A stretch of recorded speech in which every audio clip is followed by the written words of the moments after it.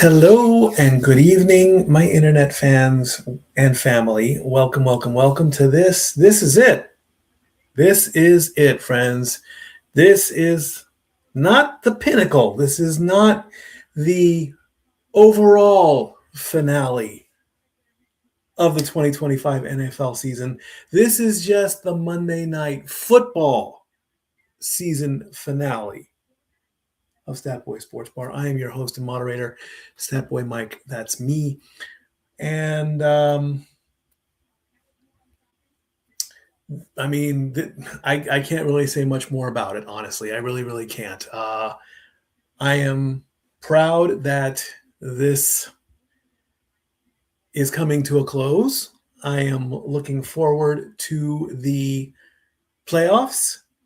And although I'll be sad that football season is over, when one door closes, another one opens. So tonight's matchup, we focus on the NFC West versus the NFC South as the Los Angeles Rams, who have already clinched their spot in the playoffs, take on the Atlanta Falcons, who have already been eliminated in the playoffs.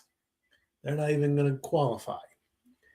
So, and I've just found out today, as I've been updating my Statboard 9000 here with all the football helmets, the Rams cannot become NFC West champions.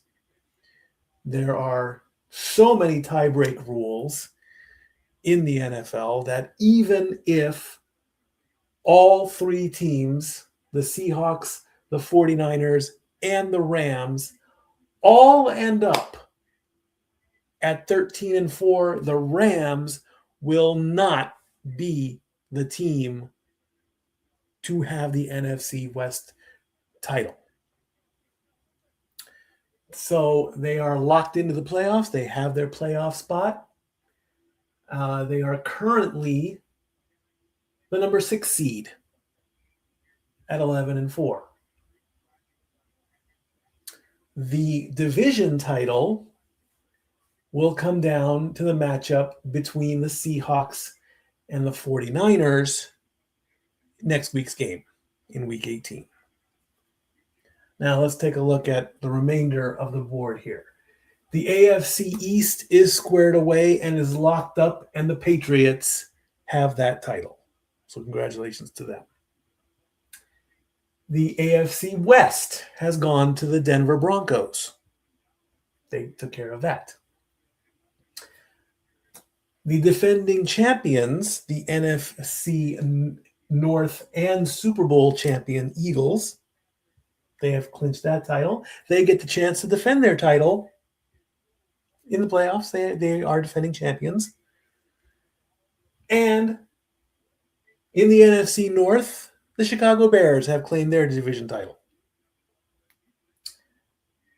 The only three, well, actually, the only four, those four are locked in. The remaining four, the AFC North, the AFC South, the NFC South, and the NFC West are still up for grabs. Bottom line. AFC North, the Steelers will play the Ravens in Week 18. The winner of that matchup becomes AFC North champion and punches their ticket into the playoffs. They will get the number 4 seed. We'll talk about seeding in a second. The NFC South between the Panthers and the Bucks. Week 18, Carolina versus Tampa Bay. Winner of that matchup gets it. Now, yes, the Falcons can play a little bit of a spoiler tonight, I believe. And of course, this is all going off of what I'm remembering and what I'm seeing. So if I make a mistake, call me out in the comments, please. Then I'll confirm it and I'll retract my statements. But Carolina plays Tampa Bay in Week 18, and the winner of that matchup gets to be division champion. And of course, Seattle and San Francisco well established. So tonight's matchup between the Rams and the Falcons really doesn't have too much of a of an importance, because if the Rams win, yes, they will tie the San Francisco 49ers at 12-4. That'll probably, and this just now says Seahawks at 49ers. Winner will be the number 1 seed in the NFC. The loser will be the number 5 or the number 6 seed. So there is that. And that is next Saturday's game, Week 18, 7:45 Eastern on ABC and ESPN. So a lot of things are still up for grabs, and seeding and everything and whatnot.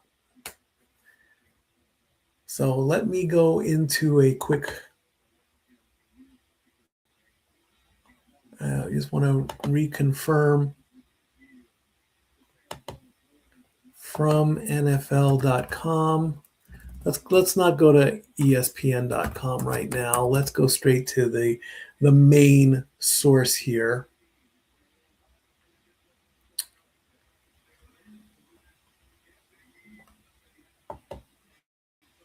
What's at stake in Week 18? Both number 1 seeds, 4 division titles, and more.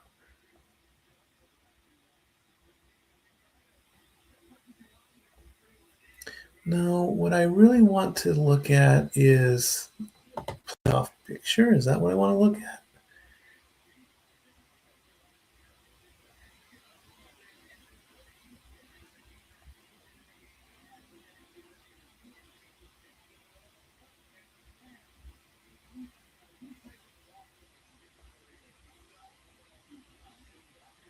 Nope, that's not really what I want.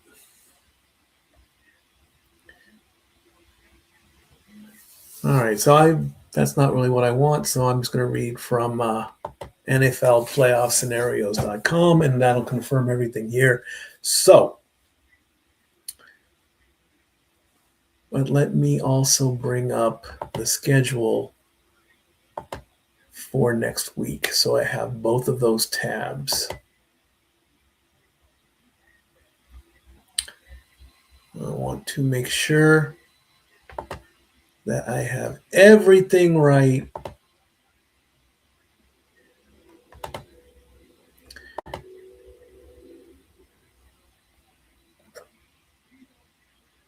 Week 18.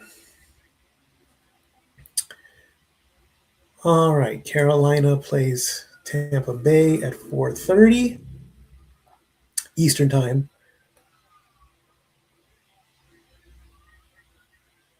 And the winner of that matchup gets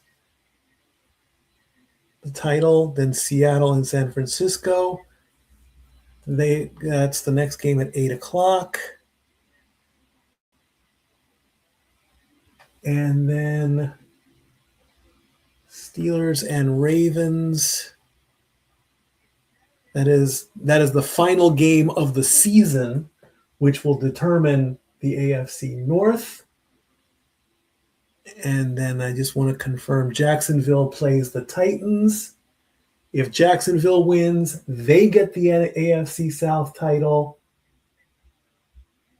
And Houston plays Indianapolis. If Houston wins and Jacksonville loses, I do believe Houston gets the title. Can we confirm that?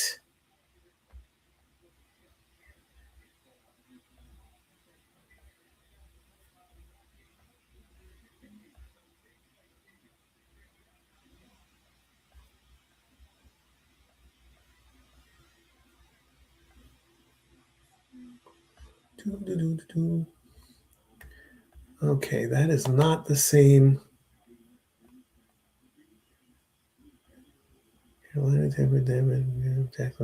Houston clinches the AFC title. Houston clinches the AFC South Division title with a win, and Jacksonville loses. Jacksonville clinches the title with a win, and Houston loses. And if they both lose, Jacksonville gets the title. And if Houston wins and Jacksonville loses, okay, let's start that over. I'll get this right yet, folks. If Jacksonville wins against the Titans, they get the AFC Southern title. For Houston to get it, they would have to win, and the Jaguars would have to lose against the Titans. The Texans would have the tiebreaker. They get the division title. If they both lose, or even if they both tie, then that's squared away with that. Then whoever wins between Pittsburgh and Baltimore, and the yawning already starts, and so on and so forth. So that's all squared away. Okay, good. Got it. All right, so that's what's going to happen next week. Now, as far as continuing sitting in the chair and calling things, we've got tonight's game. Week 18 is week 18. As of right now, tonight, I will not be calling any games unless anything major changes. It would make sense to continue calling games into week 18, but the initial plan was just to focus on Monday Night Football. However, after the last game on Sunday night, I will come back the next day, report on everything to do with the playoffs, final seedings, and whatnot. It'll be my playoff preview. That will be for certain. More than likely, I'll keep the time the same. Anybody in the family who wants to come in and talk football may do so, and we'll go from there. Talk an hour, hour and a half tops, or until I get bored with it. Then, with Wild Card Weekend, whichever game is scheduled on Monday the 13th,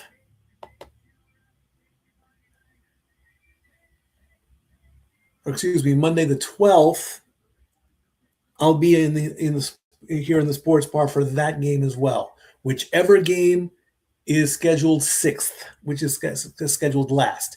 There are 2 games on January 10th. There are 3 games on January 11th. The final game of Wild Card Weekend, I will be here for that game, whichever one the league decides to put up. The divisional round, there will be 2 games on January 17th and 2 games on January 18th. As of right now, I have decided not to call those games. Plans could change. I don't know yet. I don't know what the rest of the family is doing. I don't even know when the Rumble is going to be. In fact, let me take a look at that really, really quickly. Royal Rumble 2026.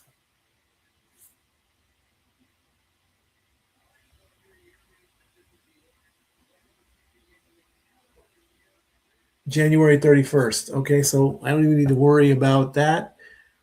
I think that so I'll still have time to work on the stats for the Rumble.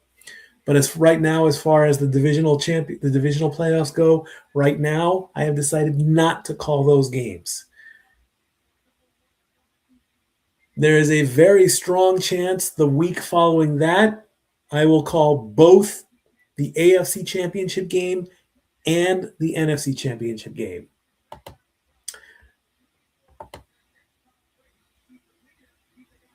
And that will be on Sunday the 25th So unless something major happens, if that's a marathon where I have to call both games, that's fine.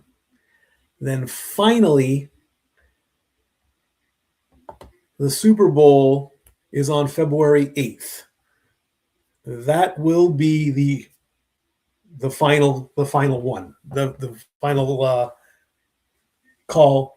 And of course, the plan is to have Noah Foster back in the sports bar, like he did last year. Again, anybody else who wants to join in and call the game along, I'm more than welcome for that. And the yawning starts. So we'll see where everything goes with that.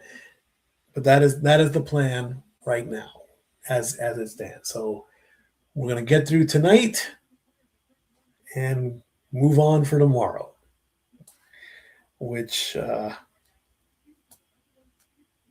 we'll see where everything plays out and going from there.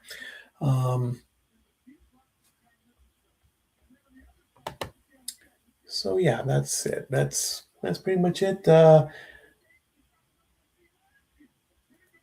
We're going here on ESPN.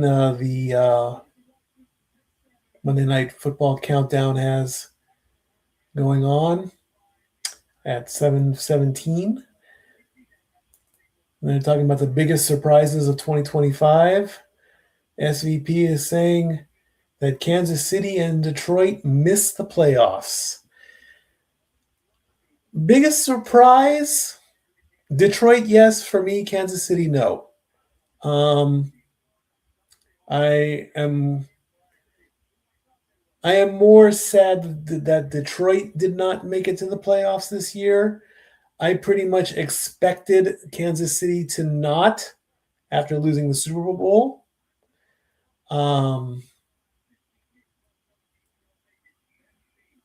It's a little bit surprising. This whole season has been Bizarro World, which is not a surprise. A lot of things have happened that I just really can't remember right now. So, of course, my Super Bowl pick is broken. The Colts are eliminated. I did want to see and the Colts started off so good this year, but it's not going to happen.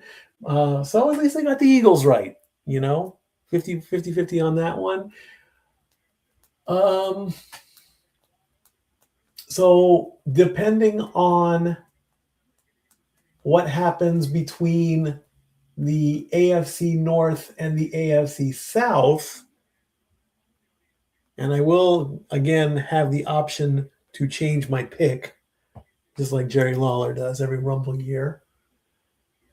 I'm going to go on the record as saying I would love to see the Bills play the Eagles now. I would love to see I've lived through and played through 2 Kansas City Super Bowls. Let's go.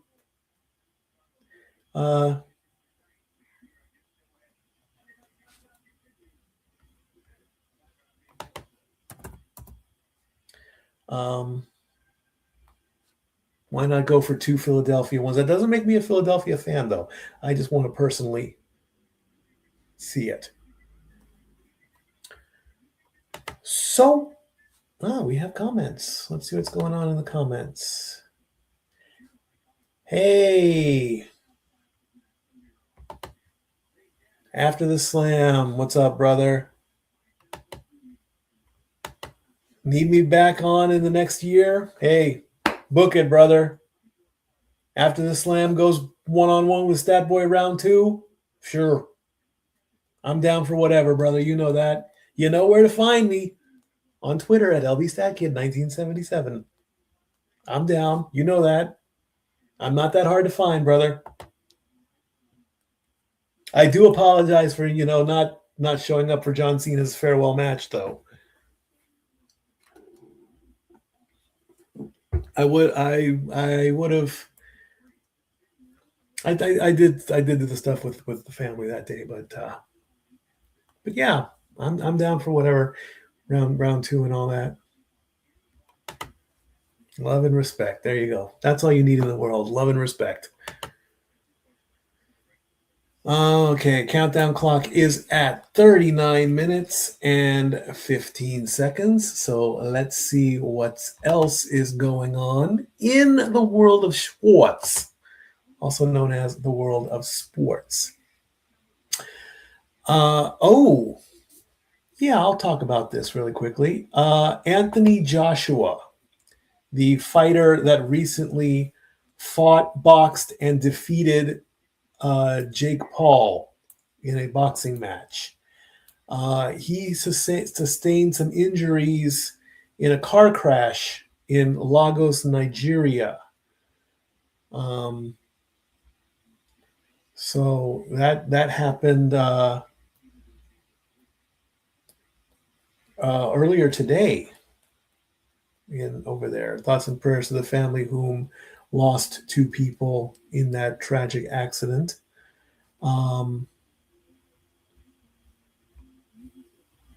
So that is news. Let's see what else.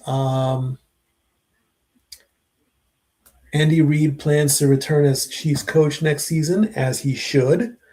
I'll say this about Kansas City.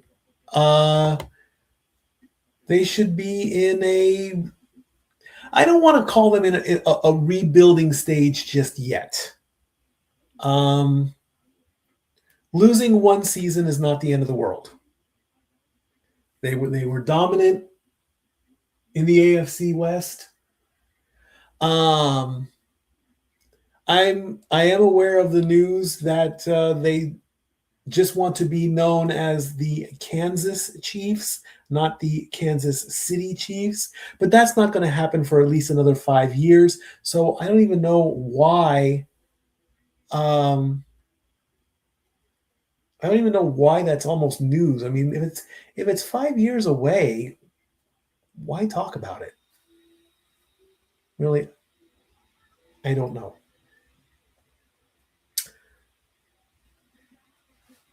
Let's see what else is in the news. Come on, dumb computer, work with me here.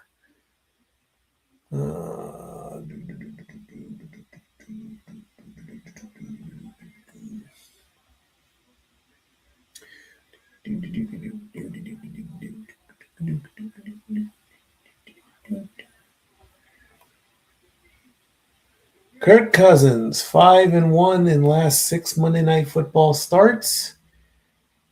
Former quarterback from the Vikings. The Vikings have won 4 in a row.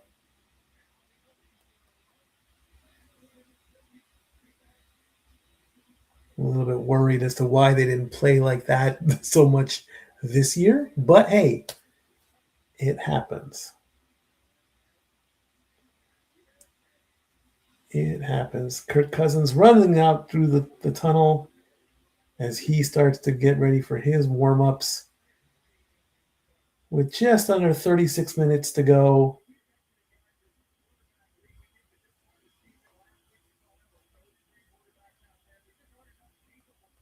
I do hope that everybody had a wonderful Christmas.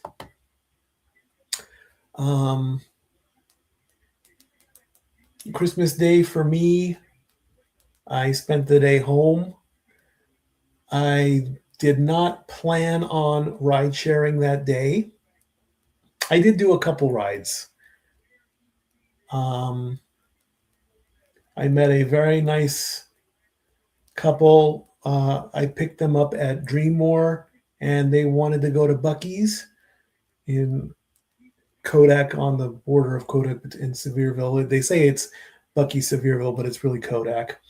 And on the way to the Buc-ee's there, I asked them if they wanted me to bring them back, and they asked if I could, and I said yes. And so I had Buc-ee's for breakfast that morning on Christmas, and then I just came home. I watched a little football.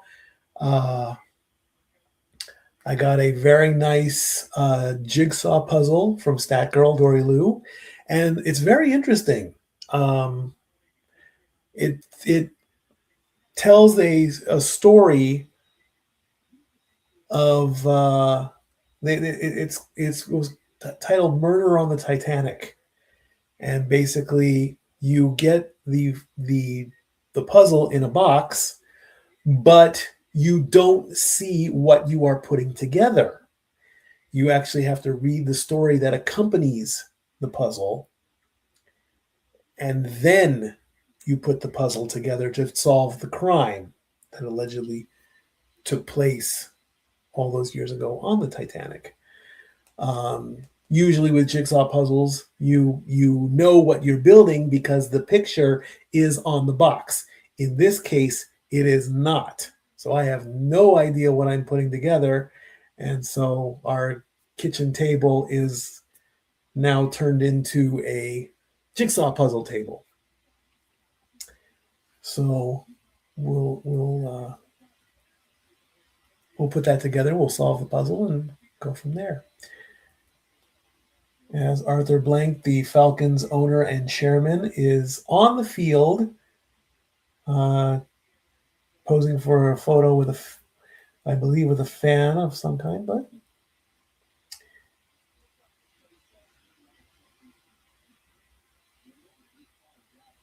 And it looks like Scott Van Pelt is speaking with Adam Schefter of ESPN there.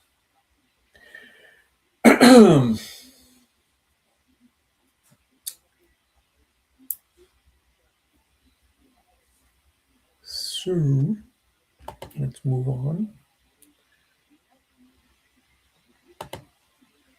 College football. Let's take a look at the bracket. Oregon, the number 5 seed, defeated the number 12 seed, James Madison, by the score of 51-34. So on January 1st at the Orange Bowl, Oregon will take on Texas Tech. The Alabama Crimson Tide defeated the Oklahoma Sooners 34-24. So everything's coming up roses for them. They will play the Hoosiers on July 1st. Ole Miss beat Tulane 41-10. So Ole Miss will take on the Georgia Bulldogs January 1 at the Sugar Bowl. And Miami defeated Texas A&M by the great big score of 10-3. So it'll be the U versus the Ohio State on New Year's Eve at the Cotton Bowl. So the winner of the Cotton Bowl and the winner of the Sugar Bowl go to the Fiesta Bowl on January 8th. And the winner of the Orange Bowl plays the winner of the Rose Bowl, and they play in the Peach Bowl on January 9th. And then the championship game will be January 19th. So we'll see where that goes.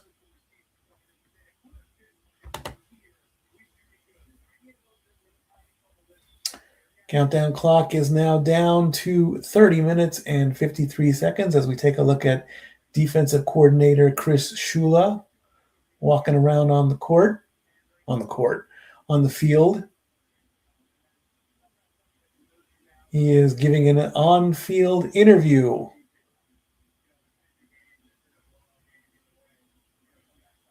Something I'd maybe like to look into next season would be, if possible, to do like a split screen and have a football field there so you can see what I'm seeing as the Falcons are coming out onto the field for their warm-ups and things. And 5, 4, 3, 2, 1. 30 minutes exactly to go as the countdown clock is. There's Matt Stafford warming up.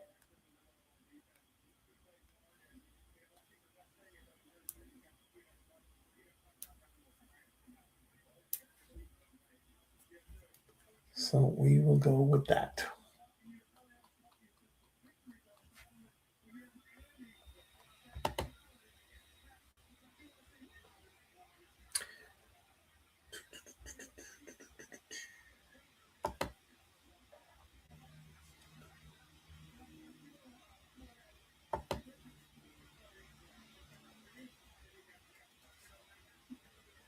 According to ESPN right now, the Rams are almost a 3-1, almost a 4-1, 73.8 to about 26% that the Rams are just going to stomp all over the Falcons.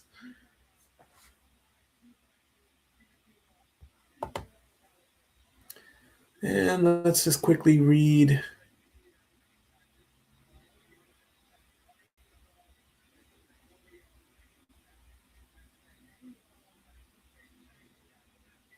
the Rams have won the past 2 regular season games against the Falcons, scoring at least 31 points in both games. The Falcons ended Rams coach Sean McVay's first season with a 26-13 victory in the NFC wildcard round in January 2018. Atlanta has won both postseason matchups, which go back to 1966. Rams quarterback Matt Stafford needs 2 touchdown passes in his last 2 games to set a single season career high. He had 41 scoring throws in 2011 with the Lions and again in 2021 with Los Angeles. Stafford leads the NFL with 40 touchdown passes with only 5 interceptions. The Rams have scored 30 points in 3 straight games for the first time since 2018 when they did it in 4.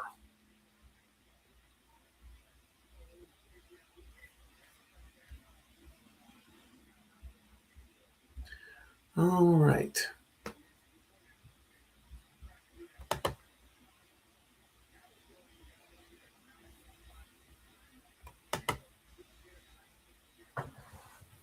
Still talking to Chris Shula, defensive coordinator there for the Rams.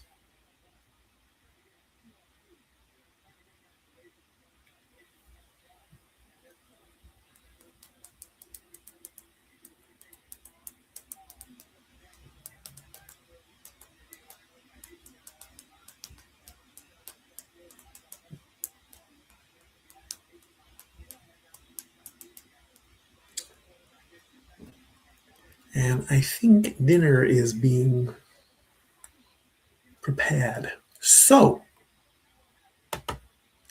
we're going to quickly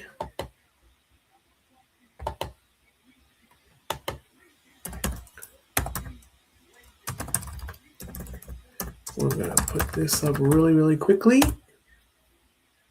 and be right back.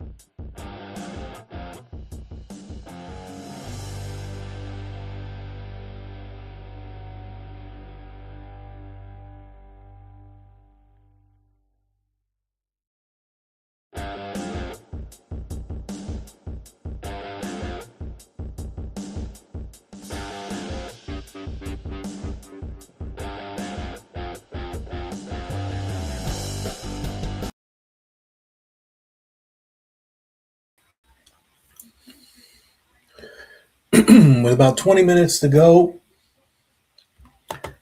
prior to the end of the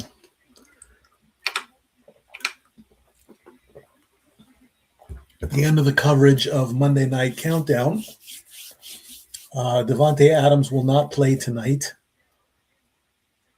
He has a hamstring injury.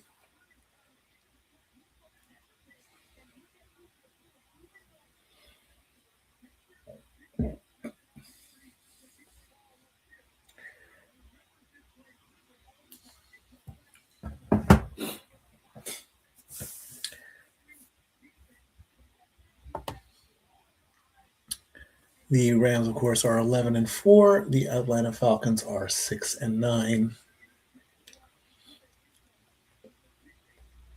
Again, everything comes down to week 18 for the majority of the teams. There's Puka Nakua. 14 receptions, 170 yards in 2 career Monday Night Football games. And there goes Devontae Adams actually running off the screen. Boy, for someone with a hamstring injury.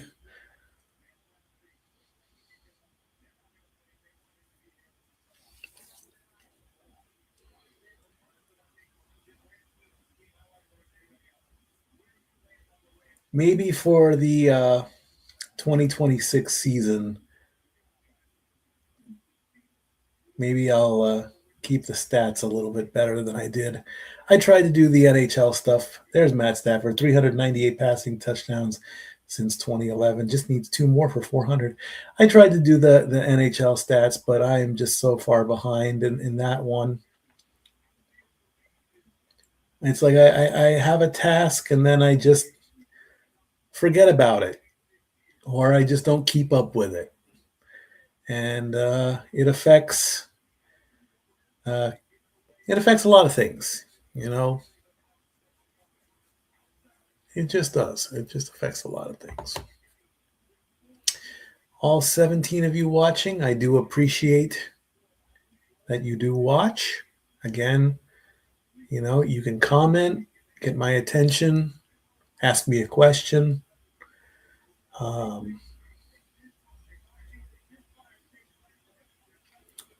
61,186 passing yards for Matthew Stafford.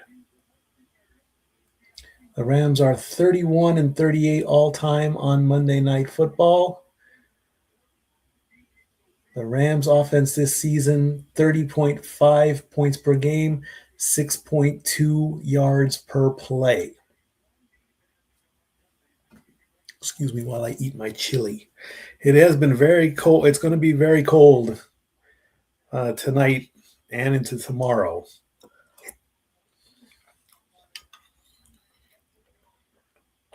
It has not snowed, thank goodness. It's just been a lot of wind and a lot of cold.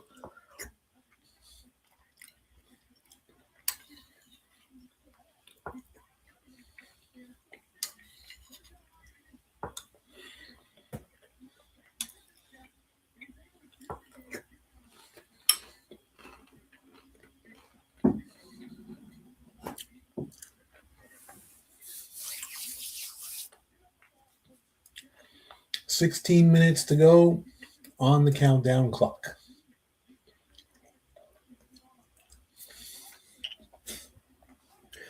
The Rams are just looking to improve their statue. Remember, again, the format, the 4 divisional leaders get the 4 spots.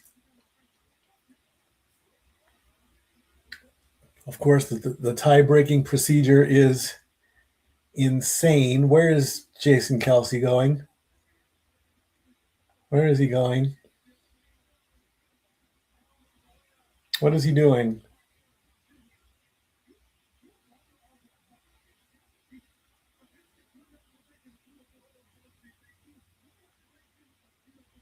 He's got a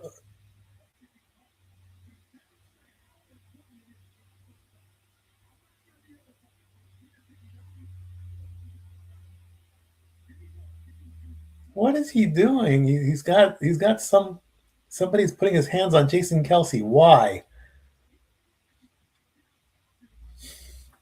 Anyway, again, the 4 divisional leaders get the top 4 spots. The 3 highest teams out of the divisional winners get the 3 wild card spots.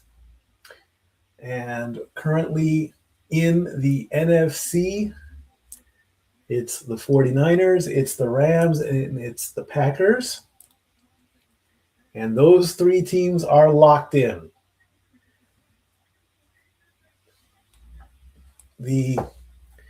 Essentially in the NFC, the only spot that has not been established is the NFC South Divisional Champion. So that team is going to get the number 4 spot, guaranteed. And it comes down to these 2 teams, the Panthers and the Buccaneers. So right now, the Seahawks have the number 1 seed.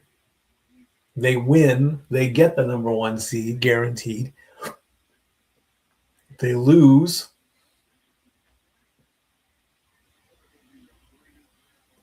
they do have, I believe, if they lose, then then the 49ers get the number 1 seed, and the Seahawks would probably get the number 5 seed. It could drop as low as number 6. The AFC is not a complete mess. And again, the only thing there is the AFC North. Looks like there's Matt Stafford with his daughters, I believe, as the ESPN Monday Night Countdown goes to a commercial break. So the number 1 team gets the bye. Then it's your standard 2, 7, 3, 6, 4, 5. Then the teams are reseeded again. The number 1 team plays the lowest remaining team. So if things stay the same right now, the number 1 team being the Seahawks would, and the 2 versus 7 matchup would probably, let me take a look at that really, really quickly here.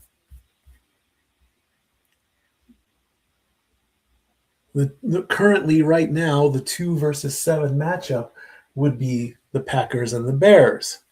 Division rivalry right there. Now, this is all the what-if scenarios. If the Packers knocked off the Bears in Wild Card Weekend, then the Packers would have to face the Seahawks in the divisional playoff because they would be ranked number 7.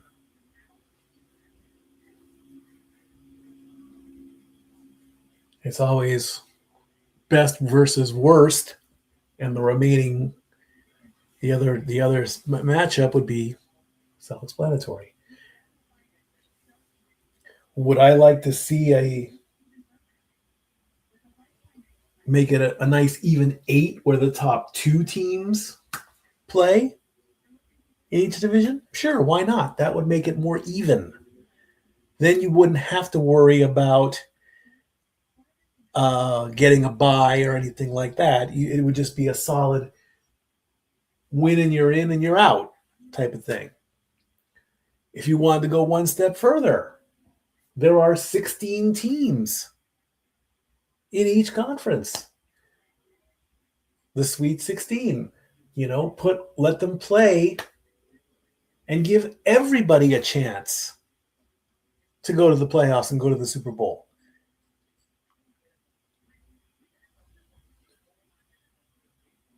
Keep it, conference versus conference, of course. You could say you could expand it to the 16 team format, 1 versus 16 and all the way down, just like you do in March Madness. It would be Seattle versus Probably the Giants. I think the Giants have, I think the Cardinals have a tiebreaker over the Giants do, and so on and so forth. That way, every team, and then you get even more football out of the deal. But of course, that would take a lot of politics, and I'm sorry, politics and football don't mix.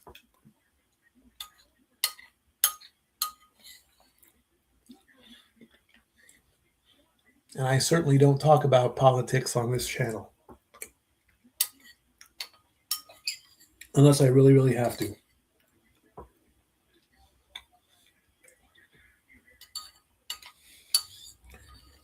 Because I don't want to.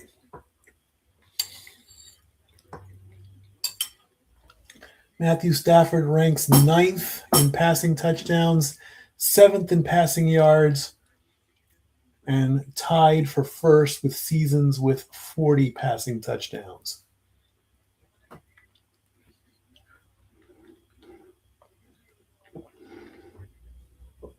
As the clock winds down to 8 minutes and 40 seconds.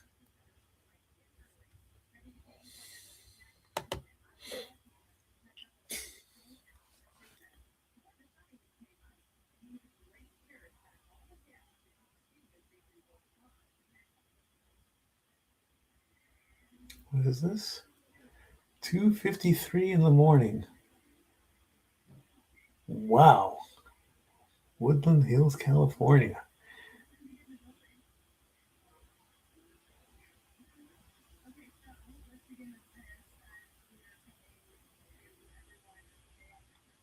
So we're interviewing Matt Stafford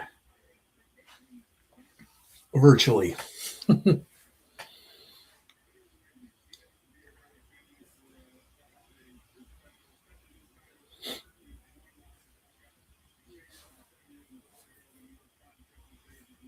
$19 of you watching again. Thank you so much for. I'm going to thank everybody. I mean, all those that have at least taken the time to watch a little bit, or if you watch the whole thing. You know, I do this for the fun. I do this as a hobby. I don't know if I could do this as a career, you know. I still remember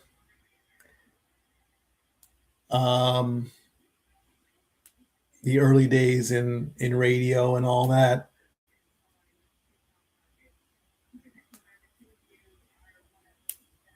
But I don't know if I could. I wouldn't know unless I tried, really, right? I mean, who would have thought that I'd be a rideshare driver or driving a car or anything like that? As we get a little bit closer,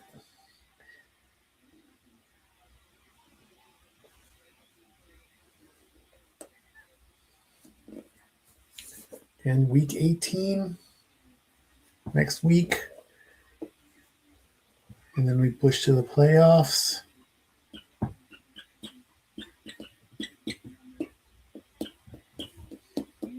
SoFi Stadium.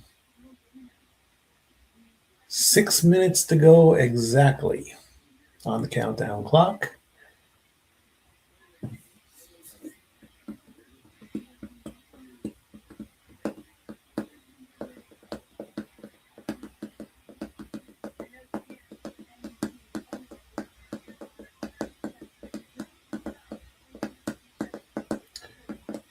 Play by play.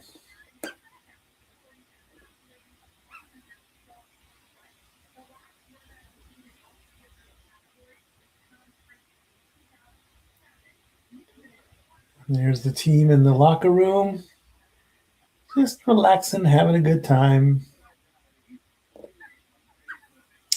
The DraftKings Sportsbook Playbook. Kyle Pitts Sr. to have 6 or more receptions. Bijan Robinson to have 18 or more rushing attempts. and Colby Parkinson to score a touchdown. That parlay will pay 9.5 to 1. Again, ESPN Bet is over and done with. It's now DraftKings. And if you have a gambling problem, call 1-800-GAMBLER. I should have a long time ago. But I got over it. As ESPN is about getting ready to go into their final commercial break, when that group comes back, they will give their final predictions on the game. I've always wondered why Monday Night Football doesn't go 18 weeks. The 18-week thing only didn't just started literally, I believe, 2 seasons ago, I think. It was always 17 weeks. Let's see what's going on social media before we go to the game.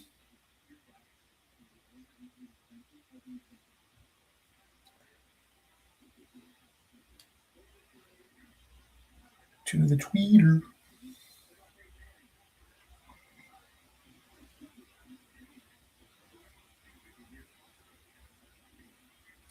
No, thanks. I don't drink beer. Okay, maybe I do, but honestly, the last time I drank a beer,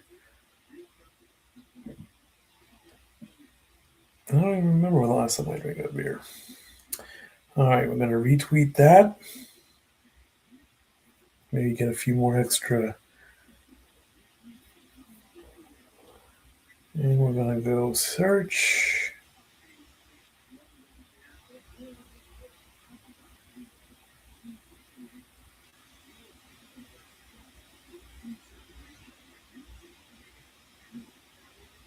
Hashtag Monday Night Football. While reading your live tweets on the air.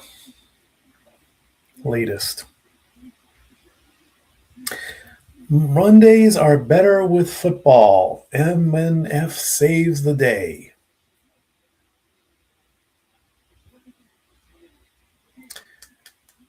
Totally agree. I just read your tweet during my live watch along.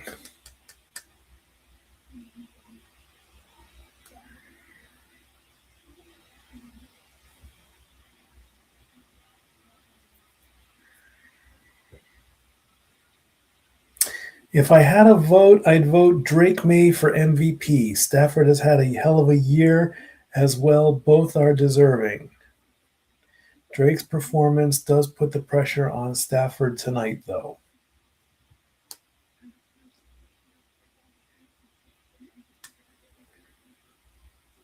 Very well stated.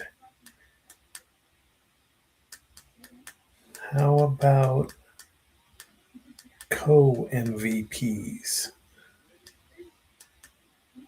I just read your tweet during my live watch along.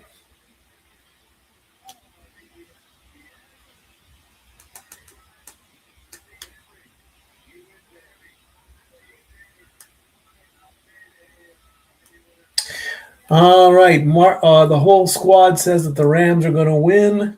Marcus says 31-17. Jason says 28-20. Ryan says 27-33. Scott says 24-18.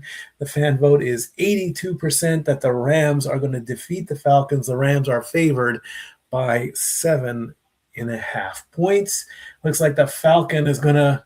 What is he going to do? Oh my gosh, he's way up top. There he goes. Oh wow. Oh, he's hanging upside down from the rafters. Oh my gosh. That looks so frightening. Oh my gosh. And his helmet's staying on too. His head's staying on. He is hanging upside down from a zip line while carrying a selfie stick. Oh my goodness.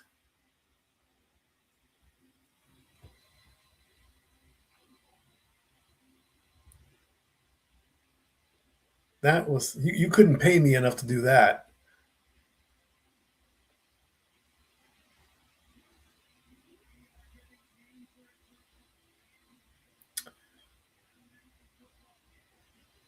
Let's see.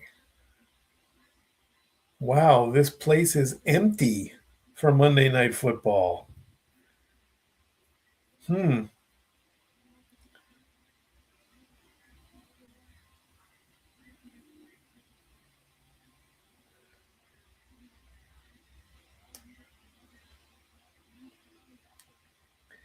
Let's see if it stays that way.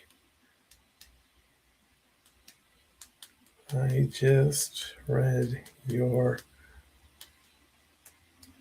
tweet during my live watch along.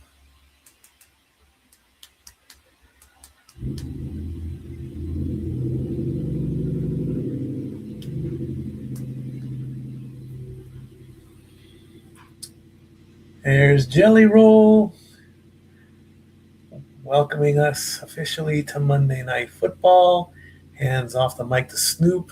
Snoop Dogg did a great performance. I'm pretty certain it was during the Vikings Lions game, doing a lot of his old hits. And then, of course, he dove for a football in one of the bowl games.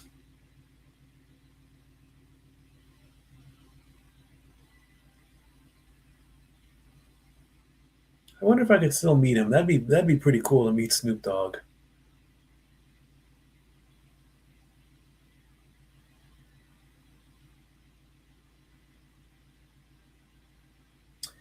The final Monday Night Football of the 2025 season from Mercedes-Benz Stadium in Atlanta.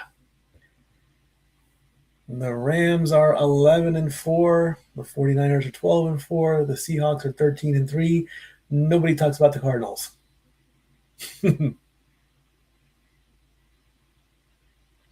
As Joe Buck and Troy Aikman are officially welcoming us to the season finale of Monday Night Football.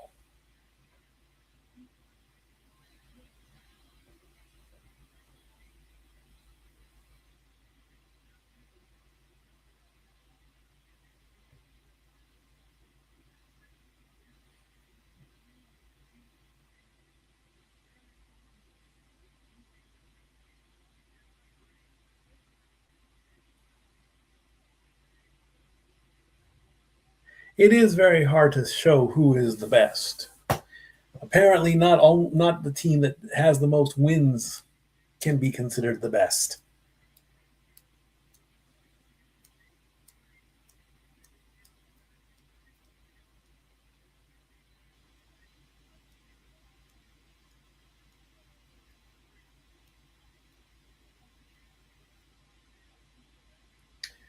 There's Puka Nakua making his way out through the tunnel.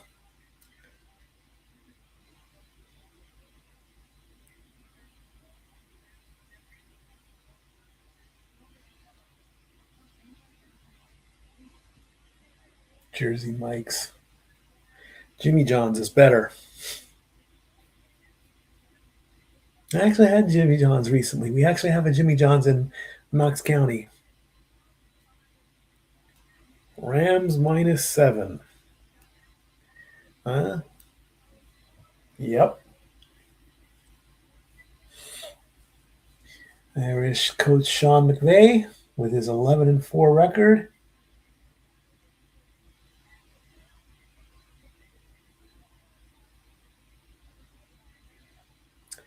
Let's go, Rams. Let's show everyone what's up.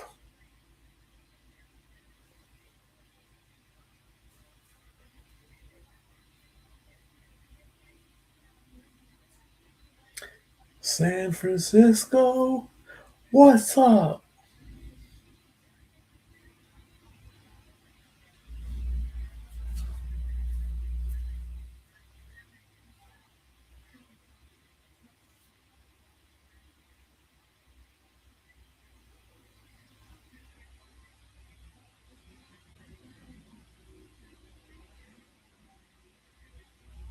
Have they played better with Kirk Cousins?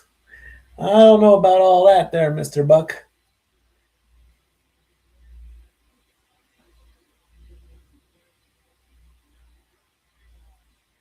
Seventh start this season with a 3-3 record. Okay, he's at 500.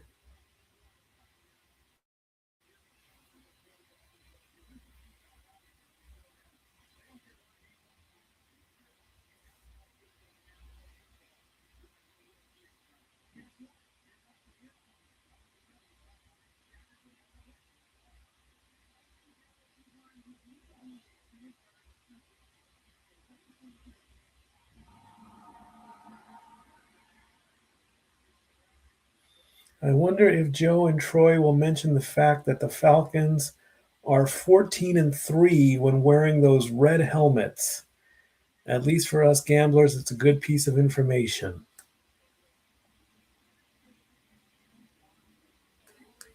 And a good stat. I just read your tweet during my live watch along.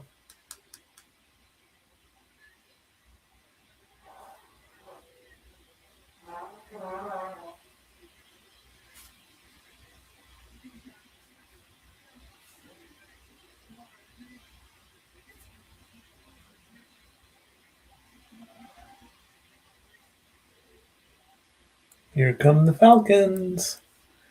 Did I not post that? Oh well. One final commercial. We honor America.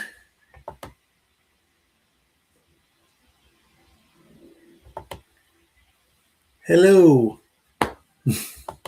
One quick commercial. Take my plate down to the kitchen. Honor America. And then game on.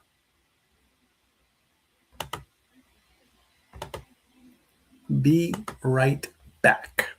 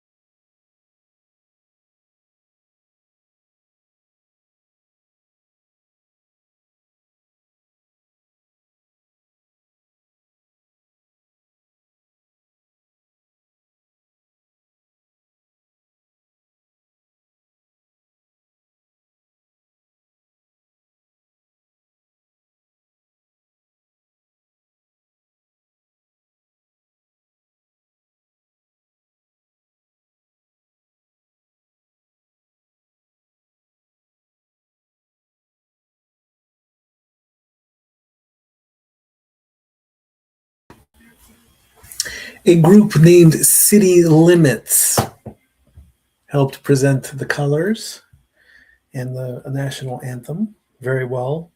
I always give props to that. I believe they did a good job.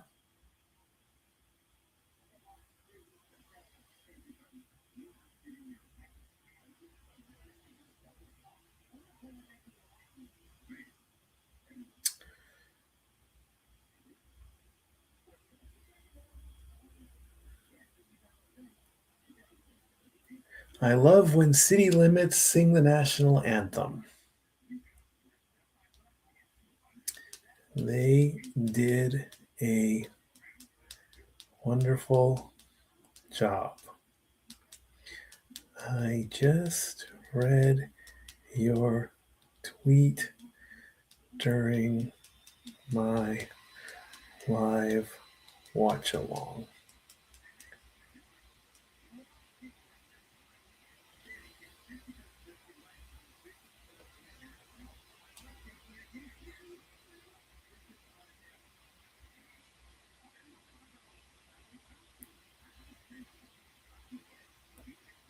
Who is going to, it's in Spanish, who is going to win the last Monday Night Football of the year?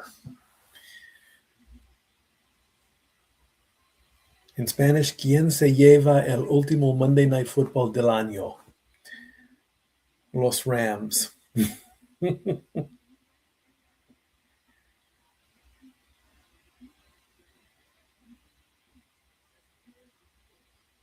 I wonder if I could translate that into Spanish for his tweet. I don't know.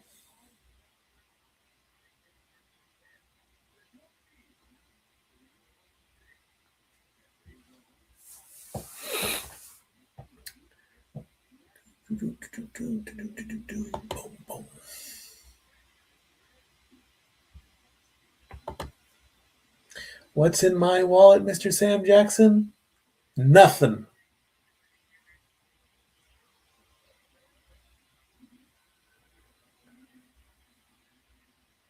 There was $5 in my wallet, but I spent it on a slice of pizza.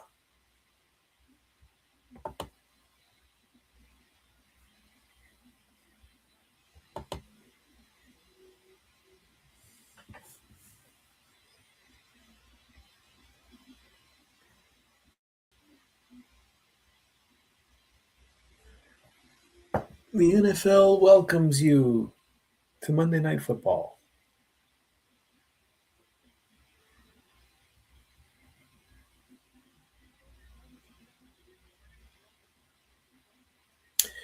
The Rams won the toss. They chose to defer, so the Falcons are going to get the ball. 99 career wins for Sean McVay. The kick is up to about the 5, 10, 15, 20, 25, 27.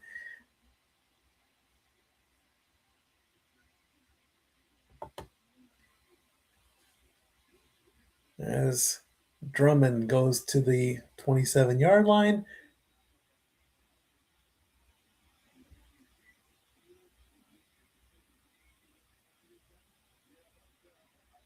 Ball did come out, but of course he was already down.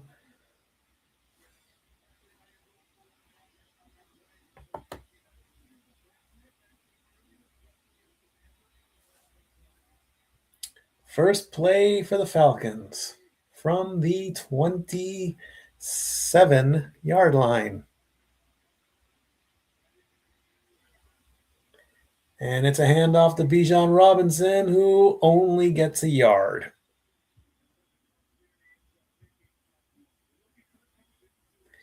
Kirk Cousins is 3-3 with 177 passing yards per game, 8 touchdowns, and he's been picked off 4 times.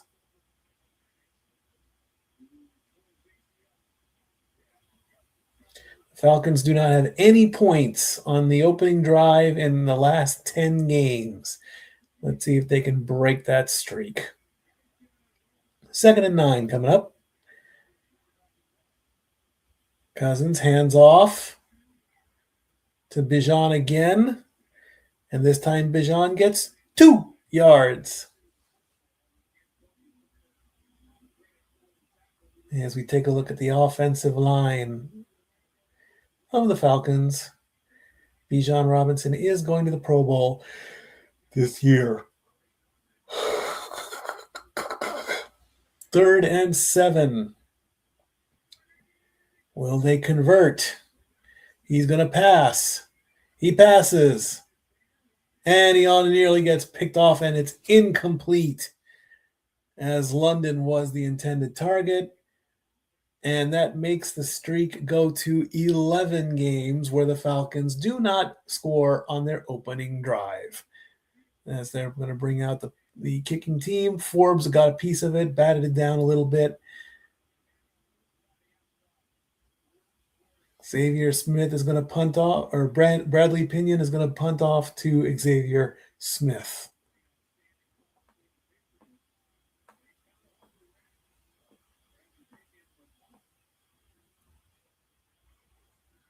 Good kick.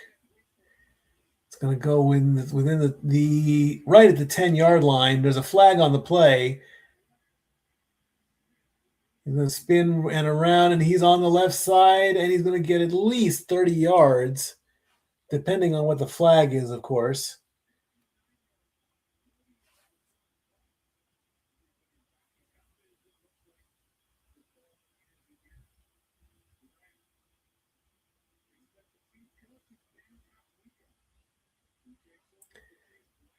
As we wait on the penalty.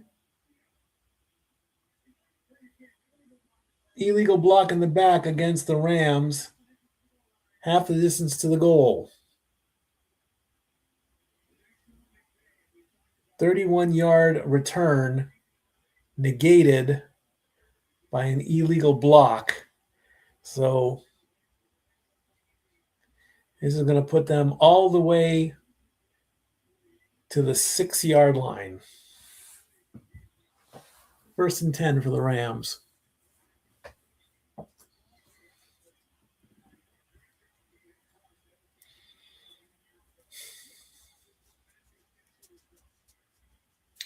First play from Stafford, he pans off to Williams, who only gets 3. Don't need that anymore. Matthew Stafford, 4,179 passing yards, 40 passing touchdowns, picked off 5 times with a rating of 112.1, leading the NFL. And the Rams have had 500 or more yards in 3 straight games, which is tying the NFL record. He's going to fake the handoff, going all the way back to his end zone. He's going to throw, and there's nobody there. That's incomplete.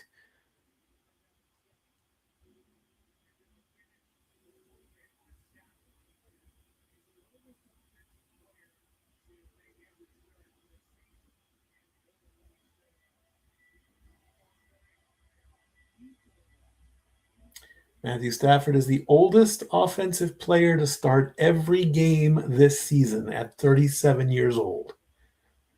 Well, he's getting up there. He's not the Falcons blitz on 47% of 3rd down pass plays. There's the pass. Did he get the completion? The answer is yes. Did he get the 1st down? As Mumpfield, it looks like it's a 1st down.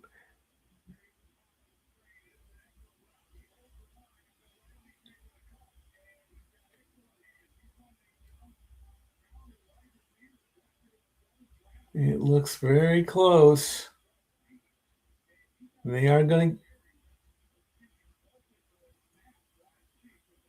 to. Are we having up? The challenge flag is out.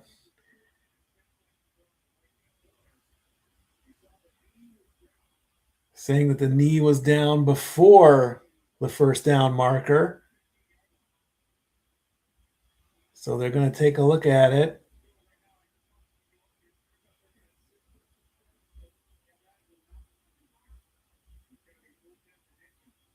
So instead of 3rd,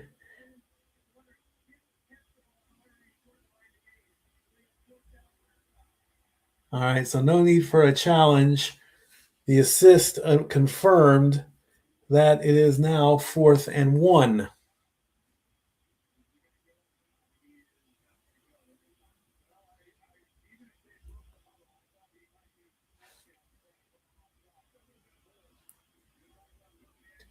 So it looks like the Rams are going to punt now.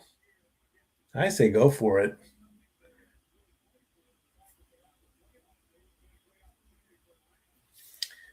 So Ethan Evans is going to punt. Is going to punt to Devin Tompkins. Good punt. Nice kick away. Waving it at the 35. Fair catch. So back-to-back punts as Monday Night Football goes to commercial with no score.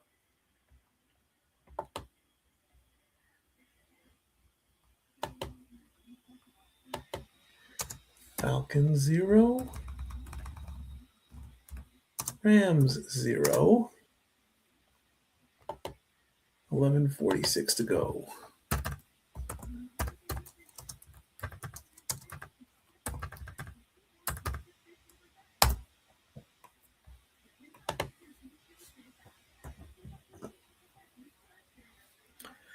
Let's see what else we got on social media.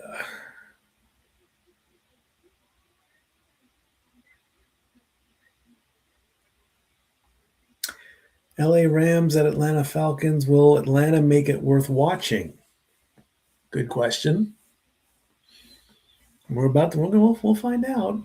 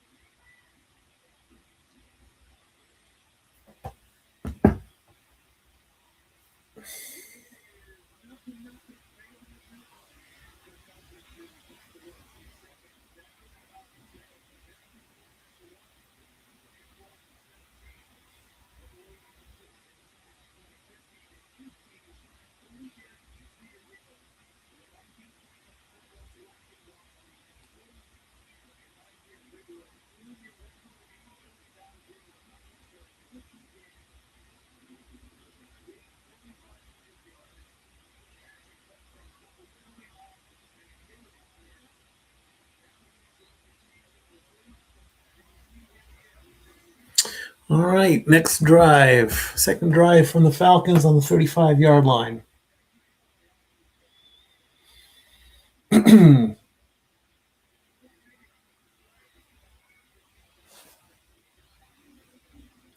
Robinson runs it and gets 5 yards.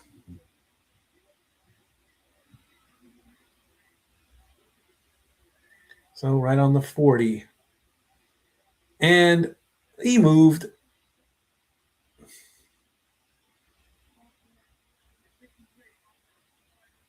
False start on the offense. So that 5 yards is gone.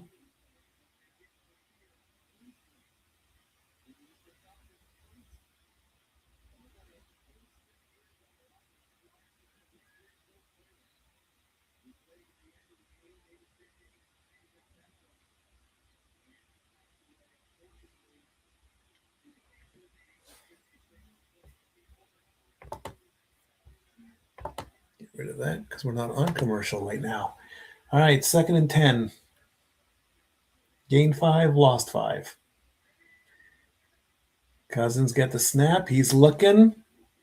He throws. Completion. First down.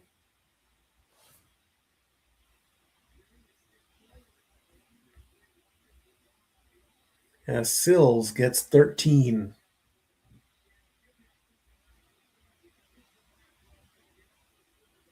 Take a look at the replay.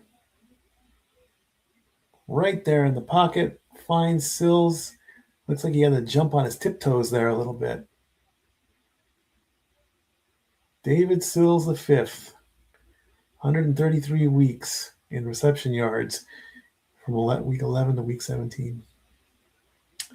Getting close to midfield here.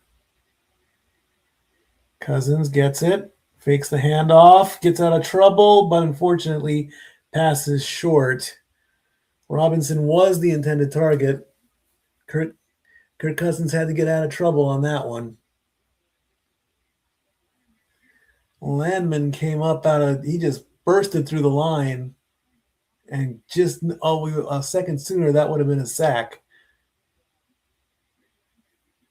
Landman.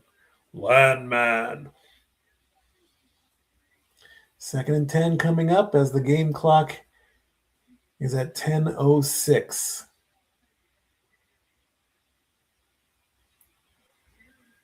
Hands off. Allgaier gets 2 to make it 3rd and 8.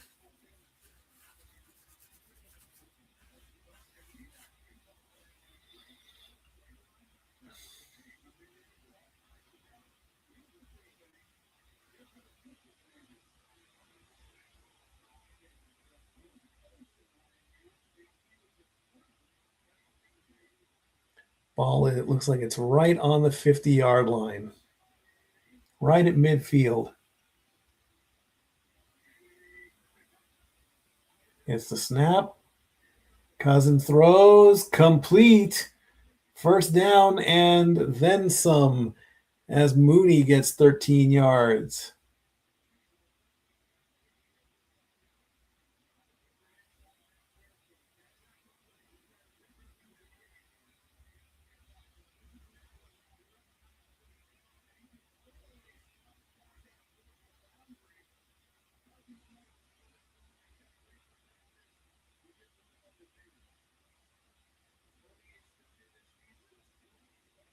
Darnell Mooney, 28 receptions, 401 yards. Incomplete on that pass. Tried to go to Mooney again. Mooney and Ford were one-on-one on that one. 2nd and 10 coming up.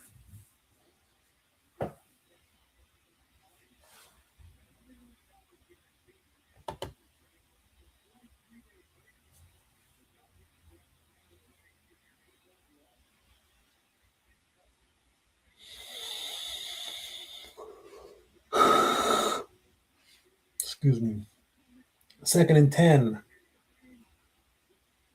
Cousins with the handoff to Bijan.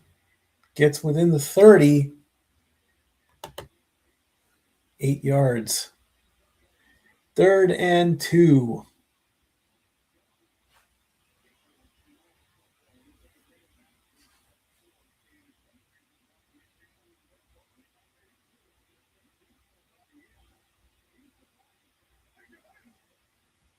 I say run it.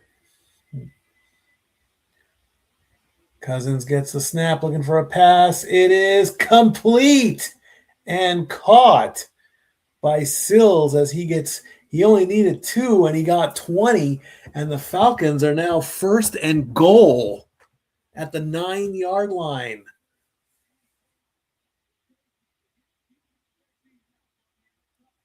The safety was looking right, and by the time he looked left, Sills was wide open. Well, not wide open. The Falcons have a 64% red zone touchdown percentage, highest by the Falcons since they've been tracked in 1978. 1st and goal, he hands it off to Bijan, who's going to power his way down to the 3-yard line, only getting 7.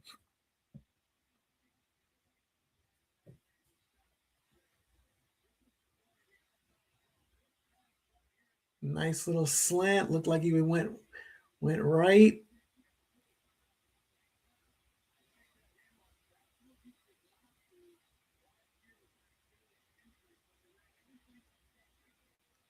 Second and goal from about the 2. Bijan has 5 rushes and 23 yards. Can he knock it in? Nope, not on that one. He gets stopped. He loses 2. Makes it third and goal. The clock below 7 minutes.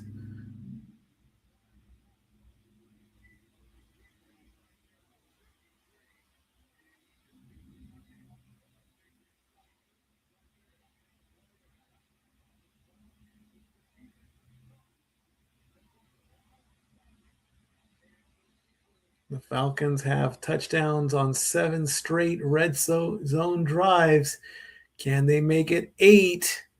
Cousins looking, a nice little floater and a completion to Bijan Robinson as a 2-yard or 4-yard pass puts the Falcons on top 6-0.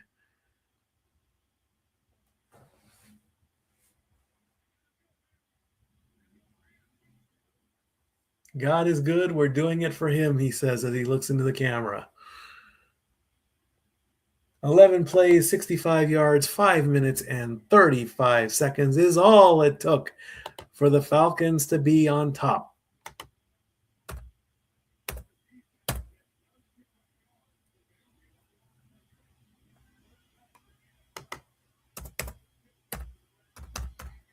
Kick is up.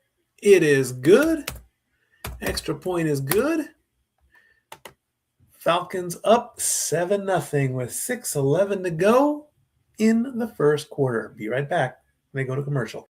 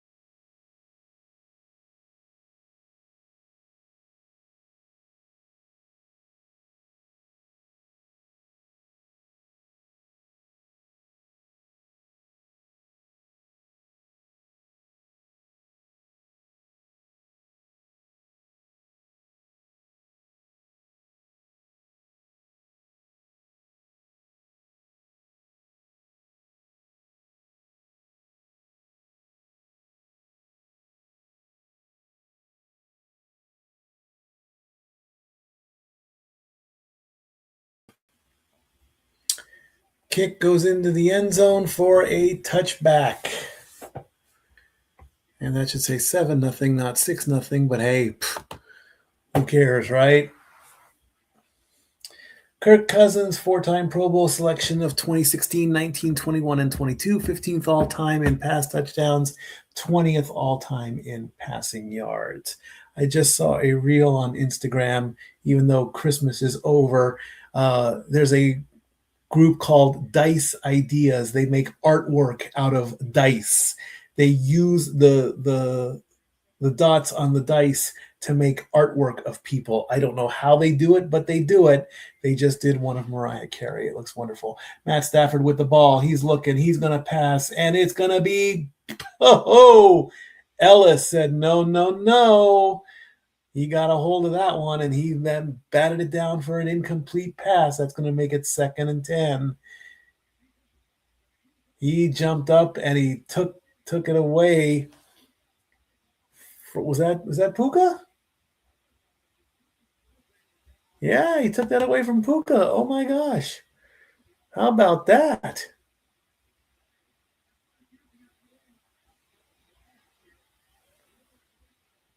Stafford again. He's going to pass. And this time, Parkinson doesn't come up with it. Back-to-back incompletions for Matthew Stafford. That is a surprise.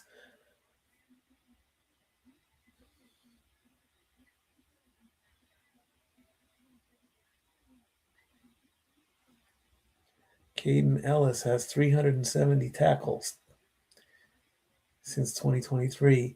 Matt Stafford again in a little bit of trouble. He scrambles away from the blitz. He throws, and this time he gets the completion and then some, as Xavier Smith gets 18 yards to complete the first down after 2 incompletions. Well, how about that?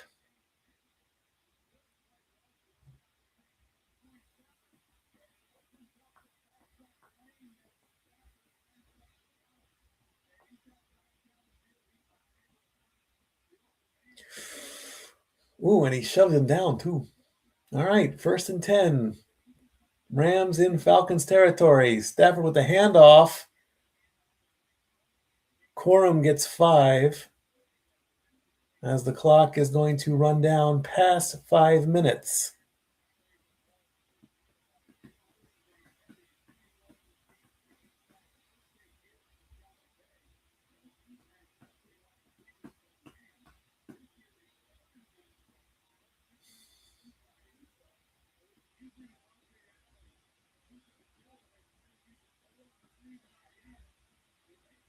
Second and 5. Another handoff. And Corum gets another 4. It'll be 3rd and 1 coming up.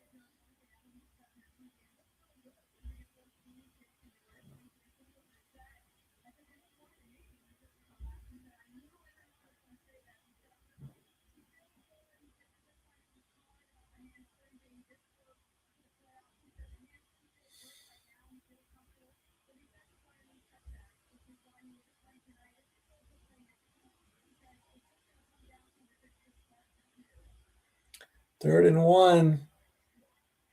Stafford gets it. Gets the ball to Puka Nacua for 10. I would have run it on that one, honestly. That's just me. Only needed 1, got 10. First down, Rams.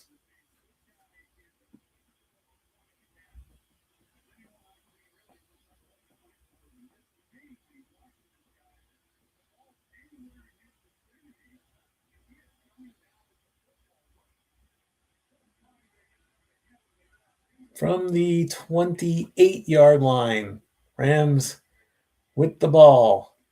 Stafford fake gives the handoff. Back to Corum again. He gets 3.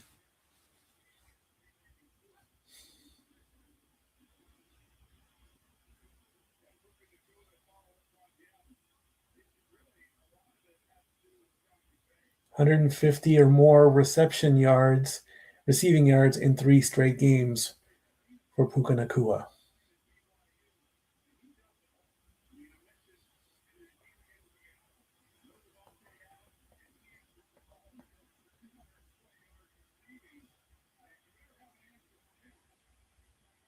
Ball on the 25. Stafford fakes the handoff.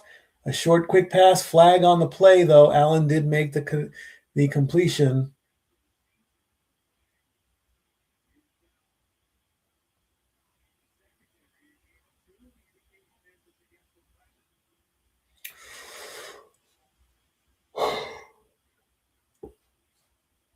How many times will Stat Boy yawn during the course of the game?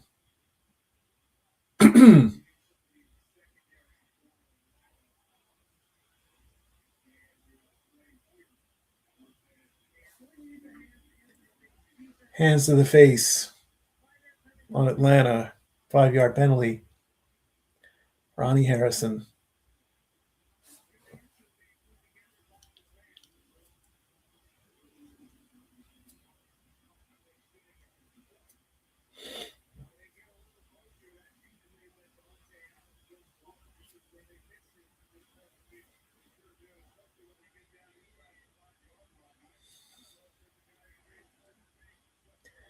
Stafford looking, short pass, completion. Parkinson gets 5.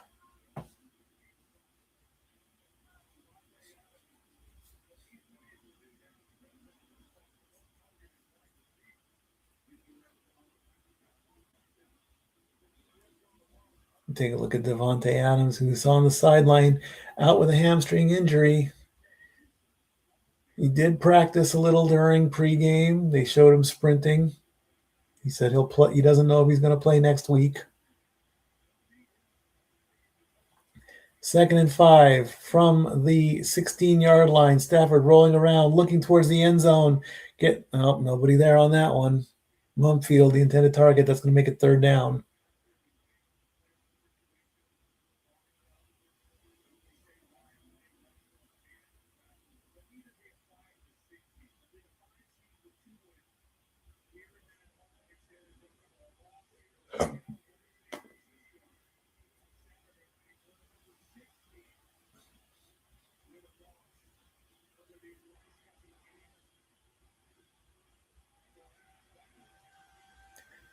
Rams red zone touchdown percentage 65%. On 3rd down, Mumfield gets only 4. It's going to be 4th and 1 with a minute and a half to go in the quarter. Are they going to go for it? It looks like they will. Analytics says go for it. I say go for it. If you want to be the number 5 seed, which essentially is the number 1 wild card spot, 11th play of the drive, and they're going to go for it on 4th down. Stafford with the handoff and nothing. Oh, what a stop as Kareem just barrels him down. And with 1 minute left on the clock, it's a turnover by Downs. What a hit, too.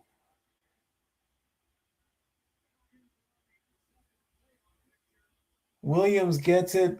Kareem comes in just barrels through. And with 1 minute to go in the quarter, the game goes to commercial. What a tackle that was.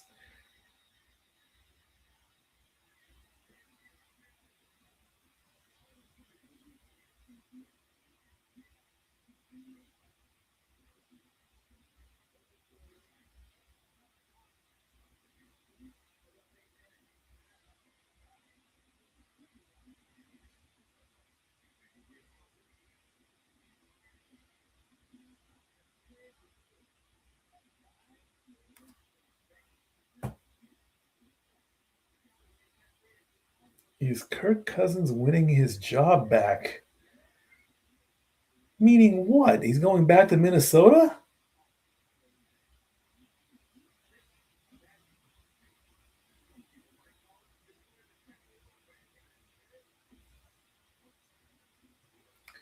I don't know about all that.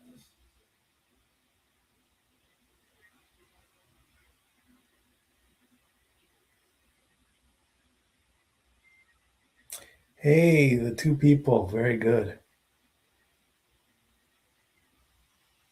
How about that? Co-MVPs would upset a lot of people. I love it.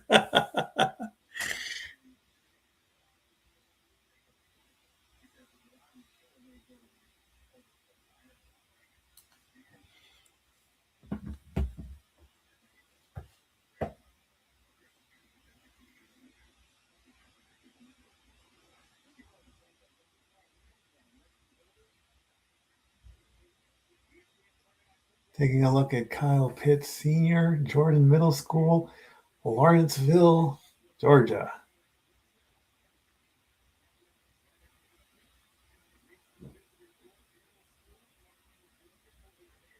We love you, KP.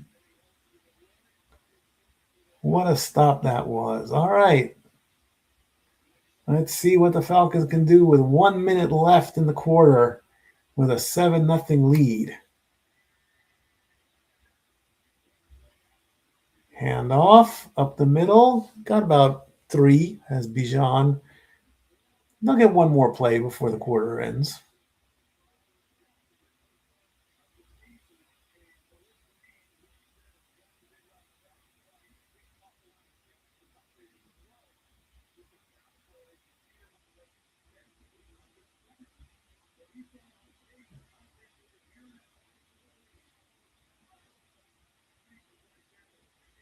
Final play of the quarter. Bijan gets the ball, scrambling, gets the first down. And that'll end the quarter right there.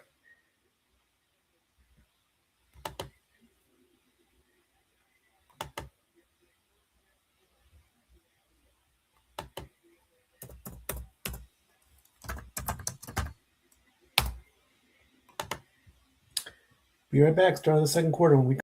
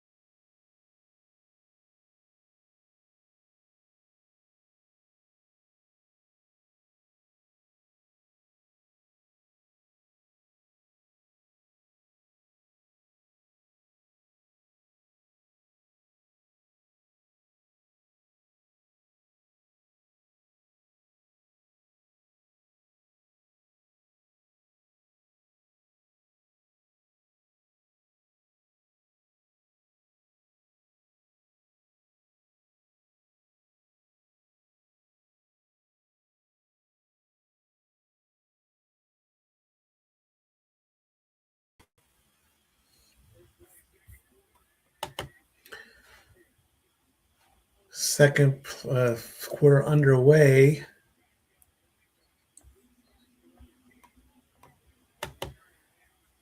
As Allgaier gets 4 yards on the first run.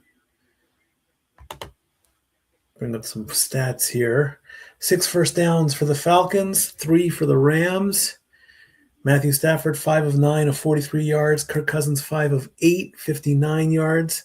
Corum with 12 rushing yards. Robinson with 24. Xavier Smith with 18 reception yards. Sills with 33. 2nd and 6 coming up. It's a handoff.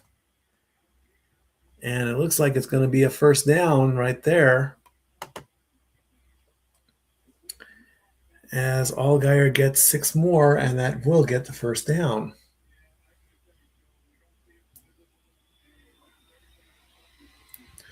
24 rushing yards, 13 receiving yards for Bijan Robinson, 37 total, 1 touchdown for him.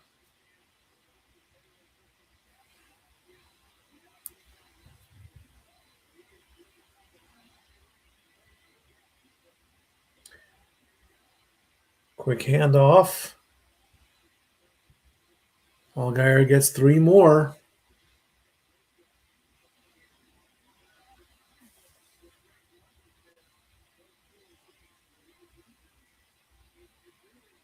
Second and 7 coming up.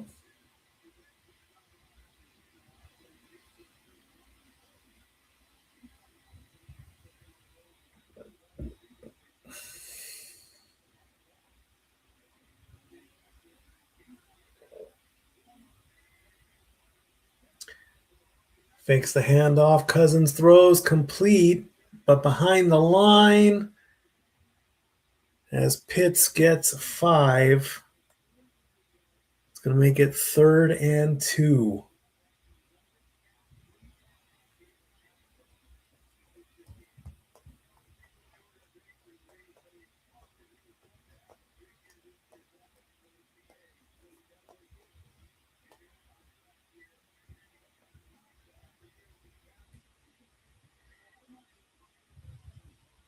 Cousins with it, throws completion, first down.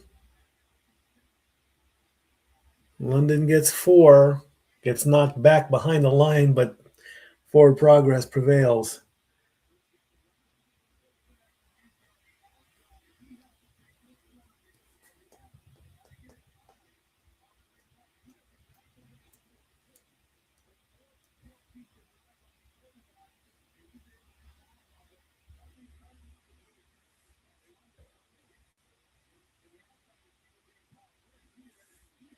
Kirk Cousins right now, 7 of 10, 67 yards, 1 touchdown.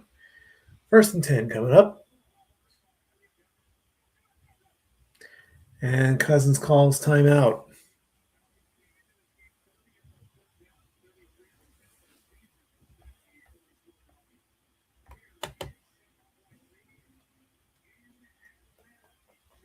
As they call timeout with 11:45 to go in the half, they go on commercial. I stick around and look more on social media. Why not? I got nothing better to do.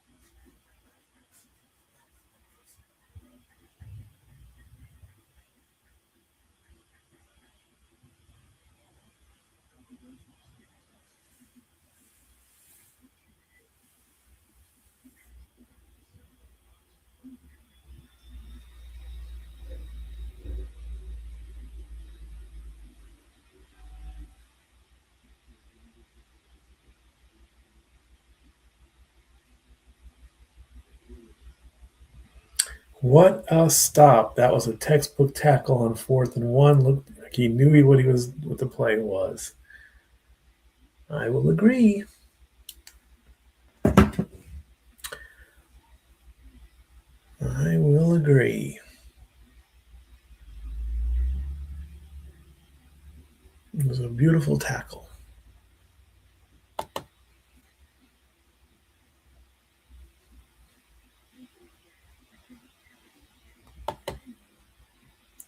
Let's take a quick.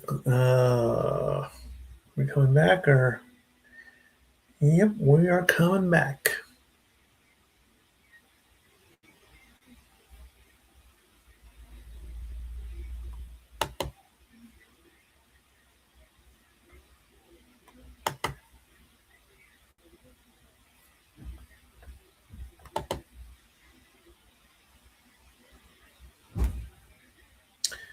There they go.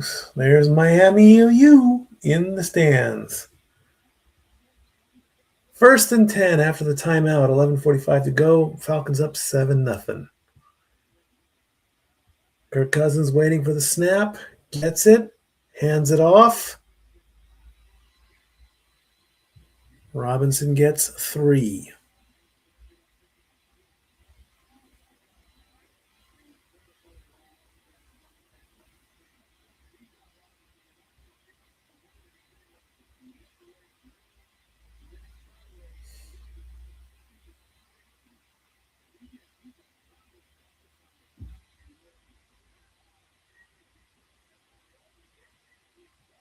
Second and 7. Right at midfield.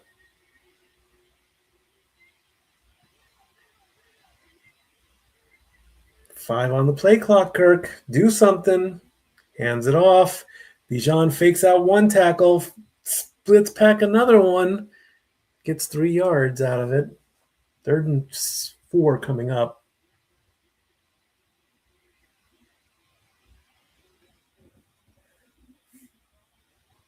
He juked out of one. Plants, stops, goes right past him.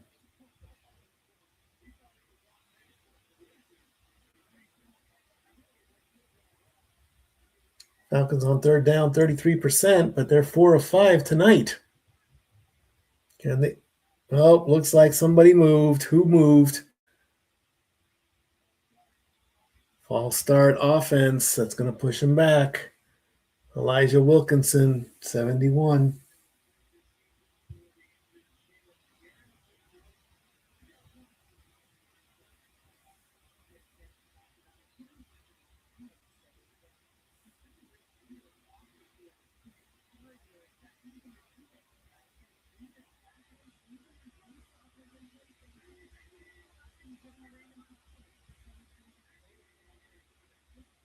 Cousins gets a snap. He's going to throw. Nothing. Pitts was the intended target. That's 4th and 9. Well, it looks like they're going to punt. Unless they're going for a 68-yard field goal, which I don't think they're going to do.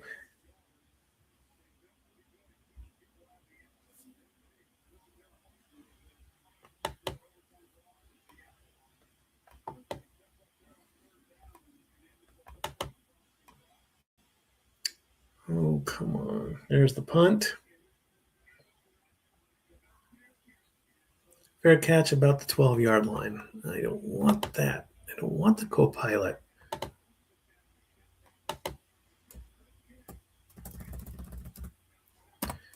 9:54. Second quarter. Be right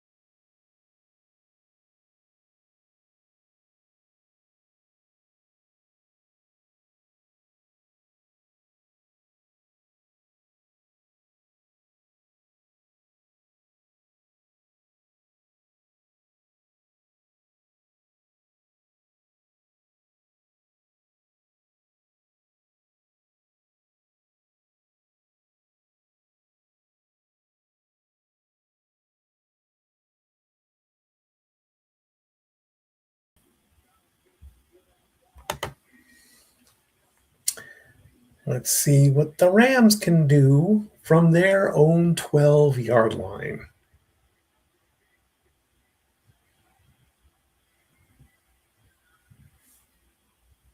Hands it off.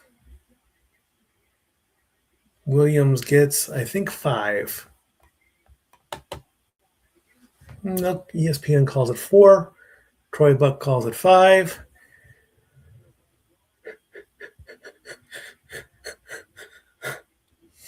I gotta stop that.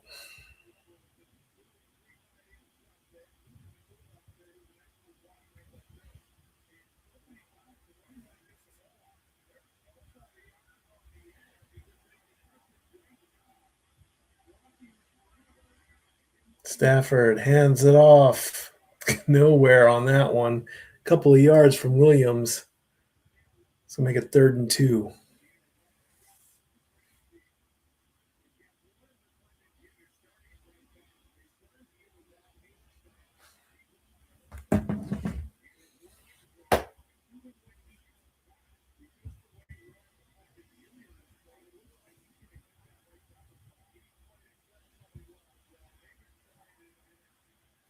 Third and 3. Stafford's gonna looks like he's gonna pass. He does, and it's picked off. Oh, and it's brought back into the house for a pick 6. Falcons up 13-0 as Bates returns to the house.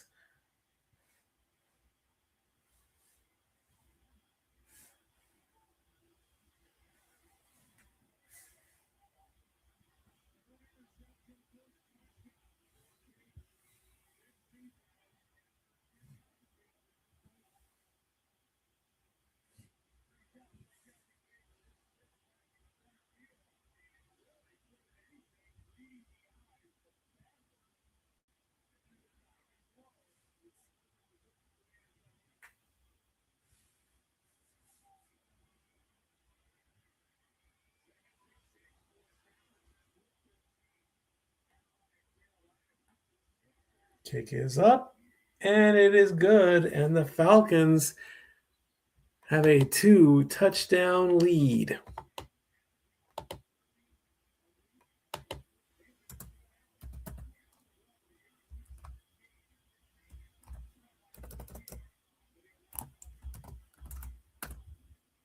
No need to panic just yet. Be right back.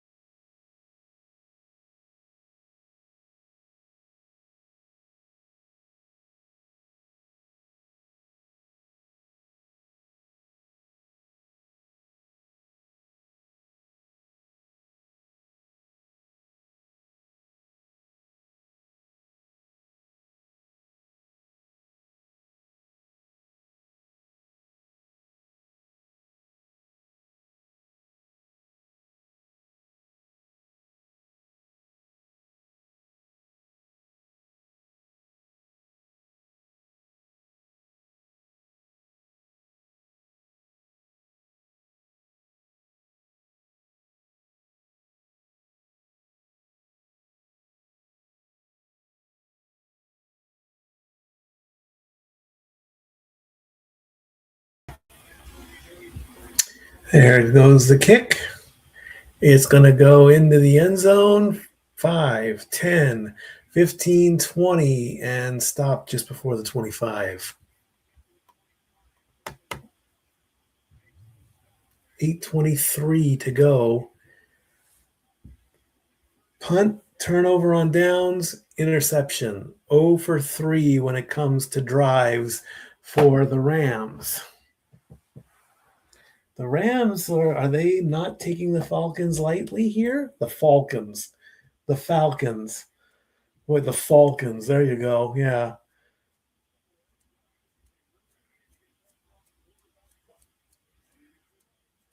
Matthew Stafford, 5 of 10 for only 43 yards. Stafford's gonna fake the handoff. He's looking. He throws. He completes. Doesn't get much off of that play. Gets 6 as he gives it to Parkinson.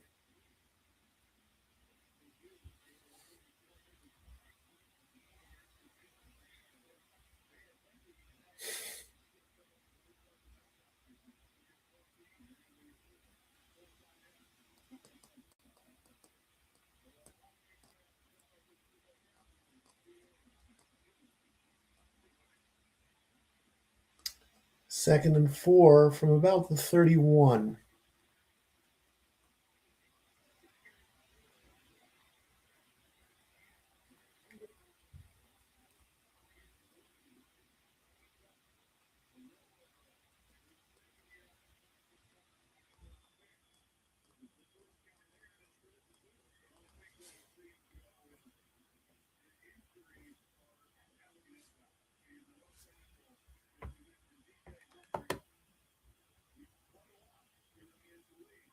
Corum gets 2. It's going to make it 3rd and 2.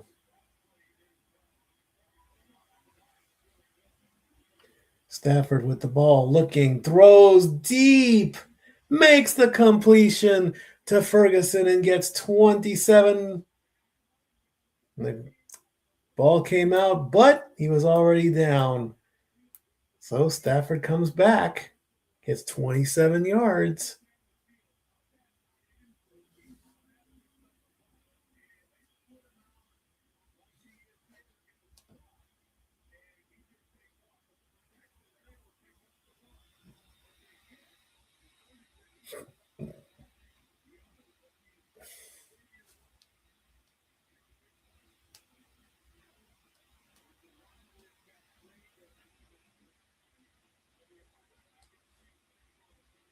Gets the handoff. Gets nowhere, really gets 2.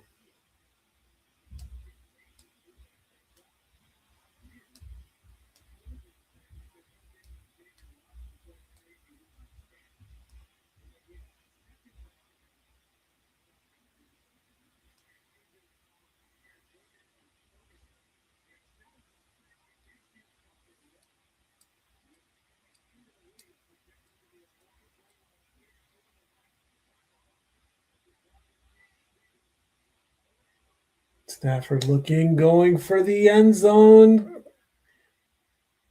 A catch, but a flag on the play. The ball did go to Puka, but it might get put back.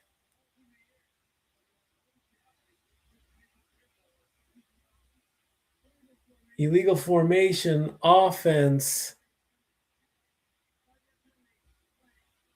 on DJ Humphries. So that catch, that 36-yard catch is negated.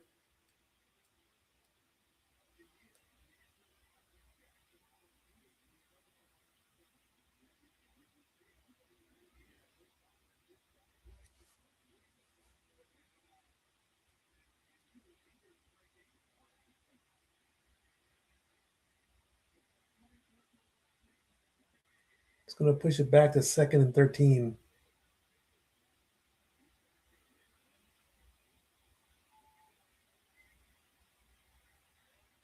Corum gets a couple. 5 minutes to go in the half.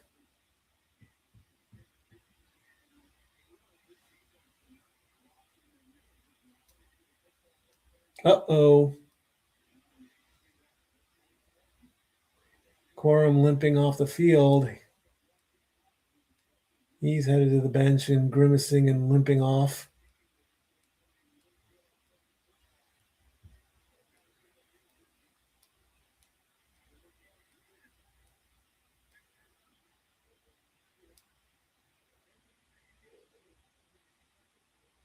Quick pass goes right through Nakua's hands.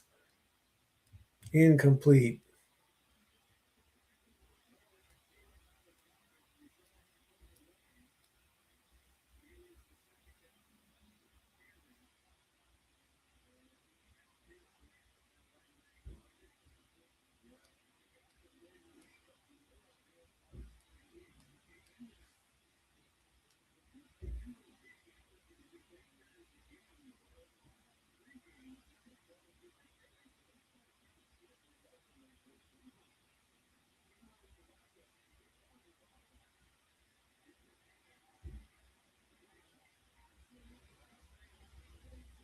Evans punts down to the 1. Whittington downs it.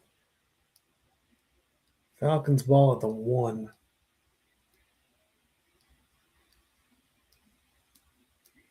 4 minutes and 11 seconds to go, with the Falcons up 14-0.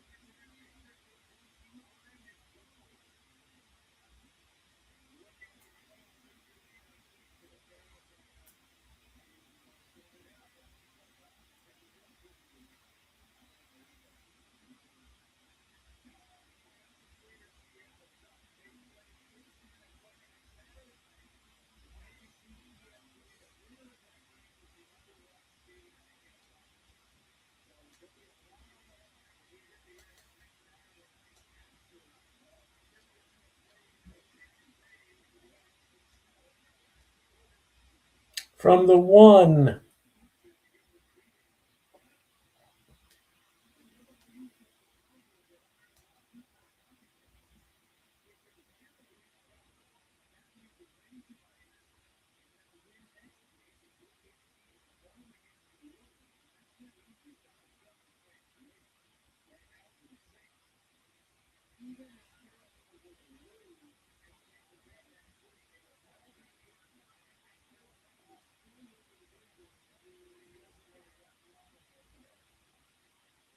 Another small run by the Falcons.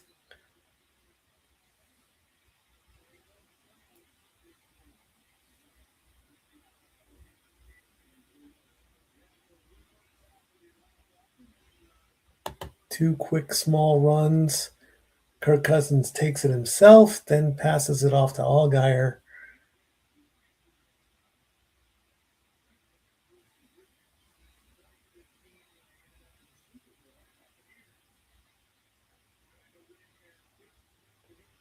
Third and 8 coming up.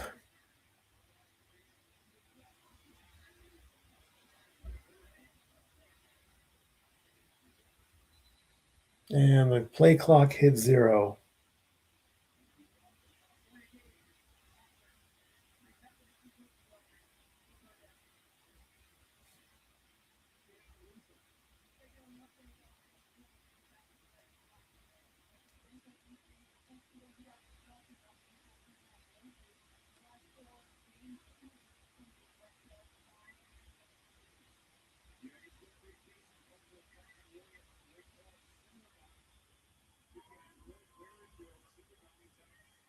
Third and 9.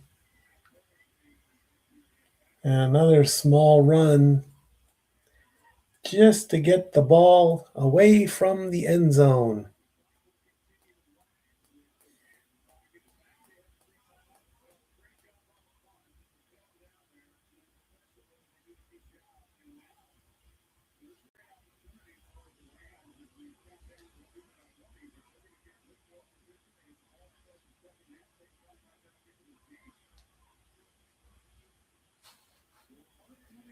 And we've reached the 2-minute warning.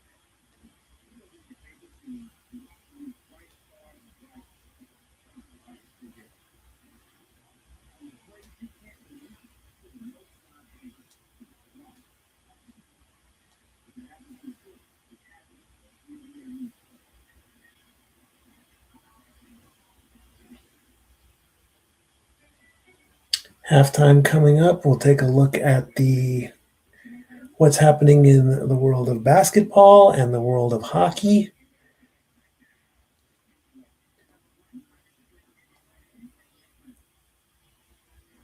And what a way to finish off Monday Night Football, at least halfway, where the Falcons are beating the Rams and they're shutting them out.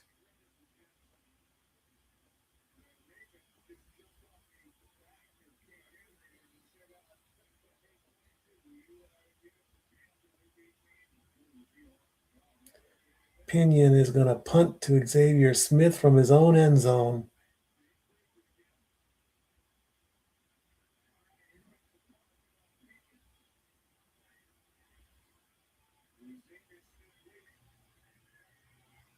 Nice punt. 50, 65 yards to the 35, and he stumbles, and he only gets like a 15-yard.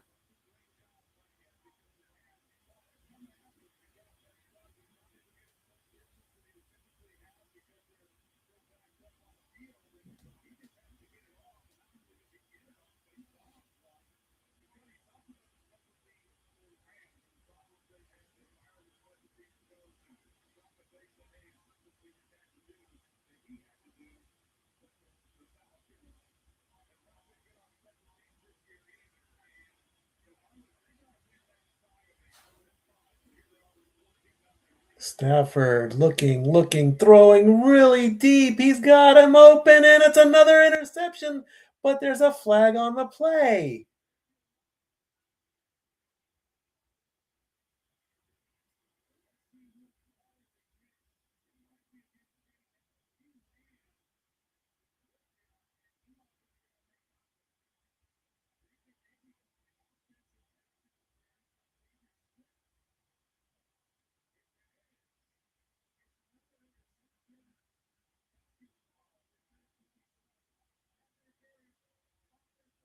Offensive pass interference. That penalty is declined.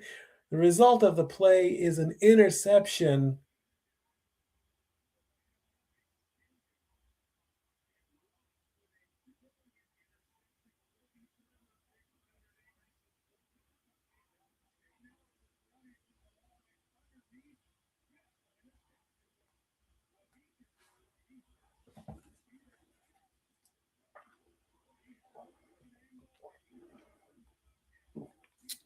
Rams will get the ball in the second half.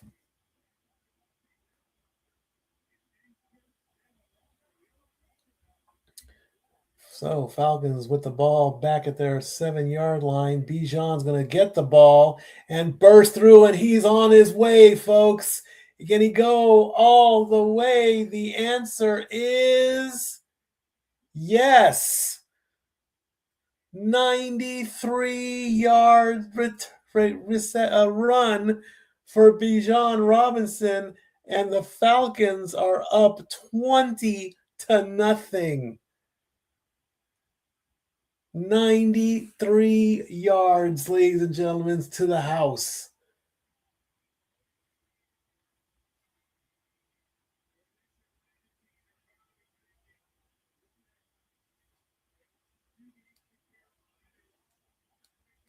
That will easily put Bijan over the centennial mark.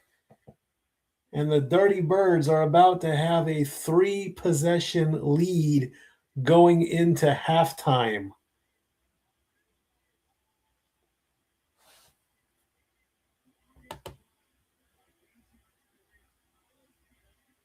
Extra point is good.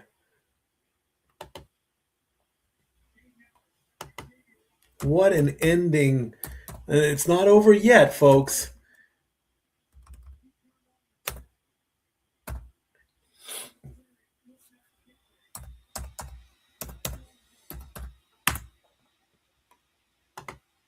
Be right back. Look at that scoreboard, folks.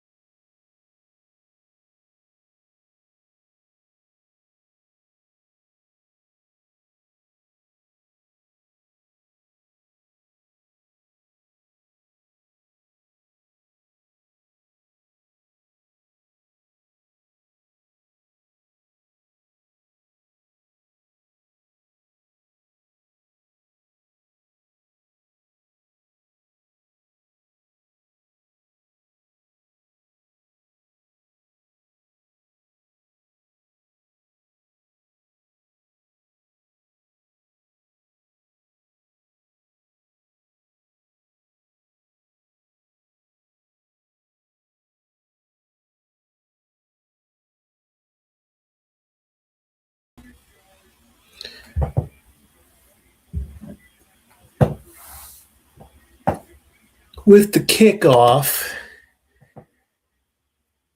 16 yards.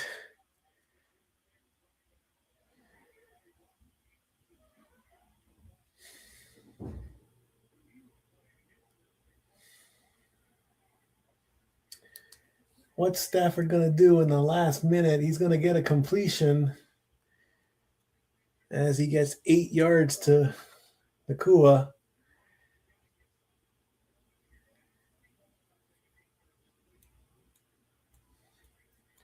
Second and 2. He's going to throw again. Another completion and gets 12 as he goes to Xavier Smith with 52 seconds left on the clock.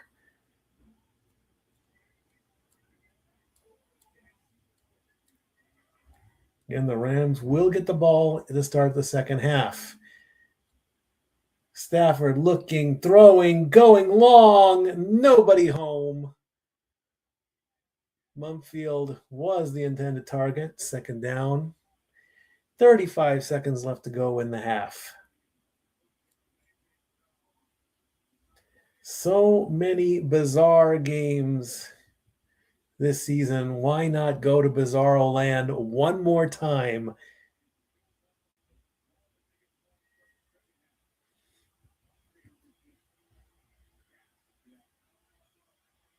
He needs an oxygen tank.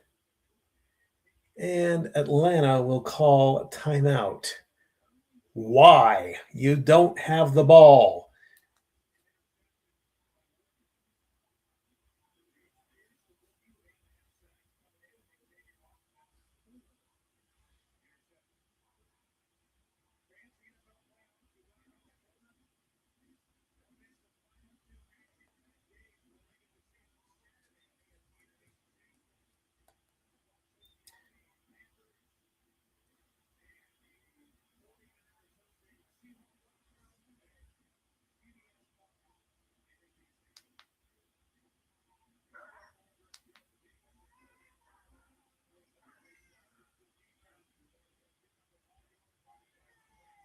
Oh, babies and dogs. And that is a sack, ladies and gentlemen. That's how the first half is gonna go.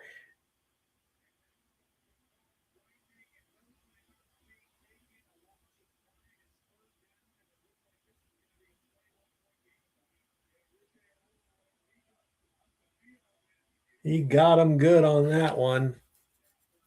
And that's gonna do it for the last first half of Monday Night Football history. The Falcons, ladies and gentlemen, Bizarro Land, who knows how many times.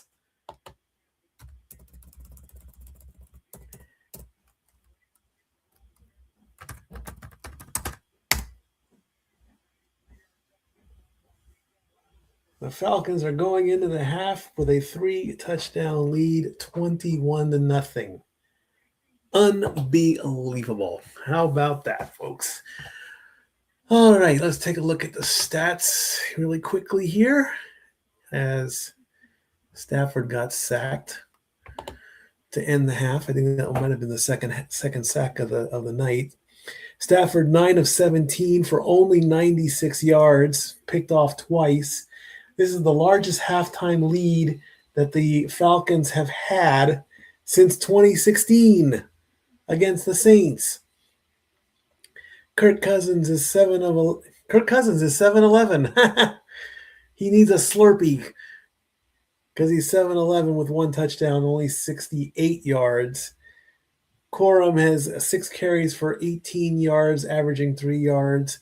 Bijan Robinson passes the centennial mark with that 93-yard run touchdown. He's at 125. Xavier Smith has 2 receptions for 30 yards, and Sills has 33. 8 first downs for the Falcons, 5 for the Rams. That was the only sack was that to Stafford. And 2 penalties for the Rams and 4 for the Falcons. He's been picked off twice, and it is pretty even 14 minutes to 16 minutes when it comes to time of possession.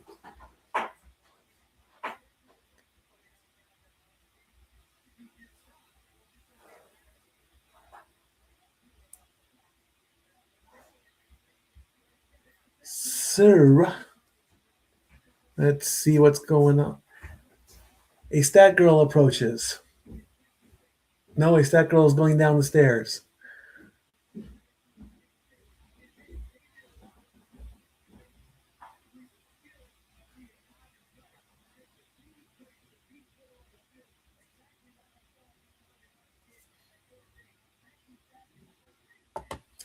So, what's happening in the world of basketball tonight? The Warriors are playing the Nets. They are currently up by 9 points with about 10 minutes to go in the game, 97 to 88.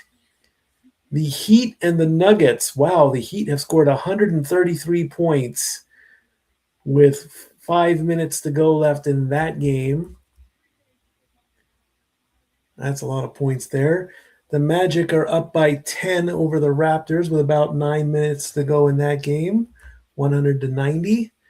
The Timberwolves are beating the Bulls with 3 minutes to go in the third. They are up 83 to 68.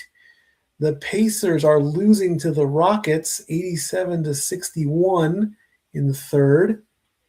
The Pelicans have a 9-point lead over the Knicks with 7 minutes to go in the third quarter. The Thunder have actually lost a few games. They're up 98 to 83 with 7 minutes to go in the third. And the Spurs are holding on to a 4-point lead over the Cavs with 9 minutes to go in the third. One final game, the Mavericks take on the Trailblazers in about an hour. 2 games are already complete. The Bucks beat the Hornets 123 to 113, and the Suns beat the Wizards 115 to 101. In hockey, what's happening in hockey? The Panthers are defeating the Capitals 4-3 with about 3 minutes to go in the third.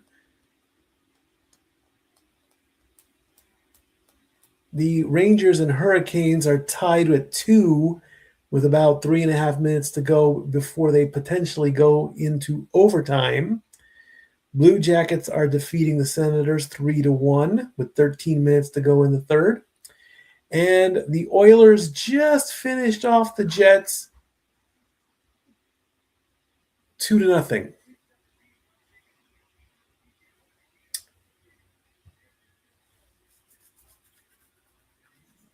The Sabres and the Blues just got done with the second period. They are currently tied at 2. And the Avalanche are defeating the Kings with 5 minutes to go in the first. They are up 1-0. The Predators and the Mammoth, they are tied at 1. No score between the Bruins and the Flames with about 3 minutes to go in the first. And the only 3 games that haven't started yet, they will start in 20 minutes. The Wild take on the Golden Knights, the Sharks take on the Ducks, and the Canucks take on the Kraken, as Chris Bergman gives us the fastest 3 minutes on ESPN.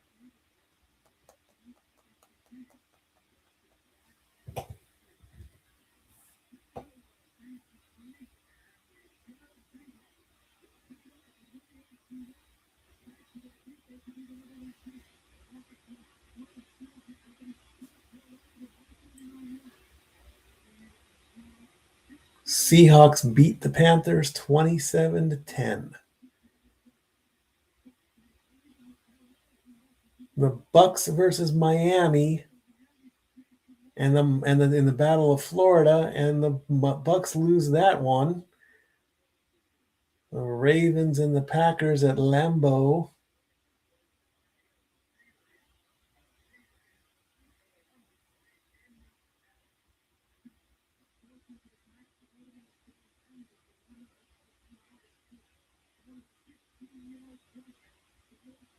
Look at the Ravens go as they crush the Packers 41-24.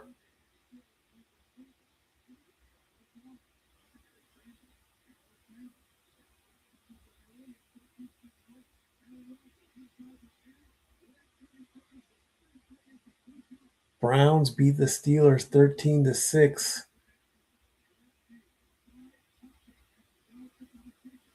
Patriots beat the Jets 42-10.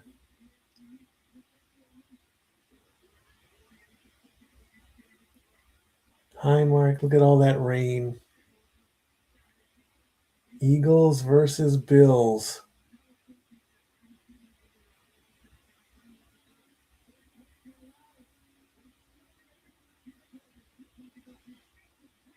That could be a good matchup for the Super Bowl, I think. Eagles hold on and win 13-12 on that one.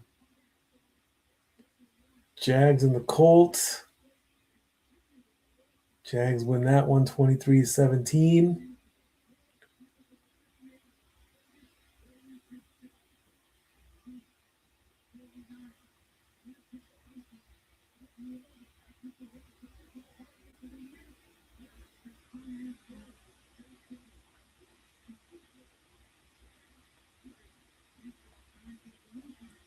Giants and Rams at Allegiant.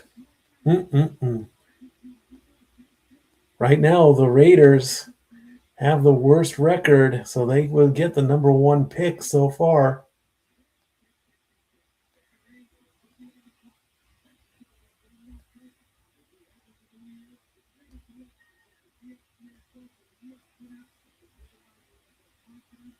As we have 4 minutes to go before the start of the second half.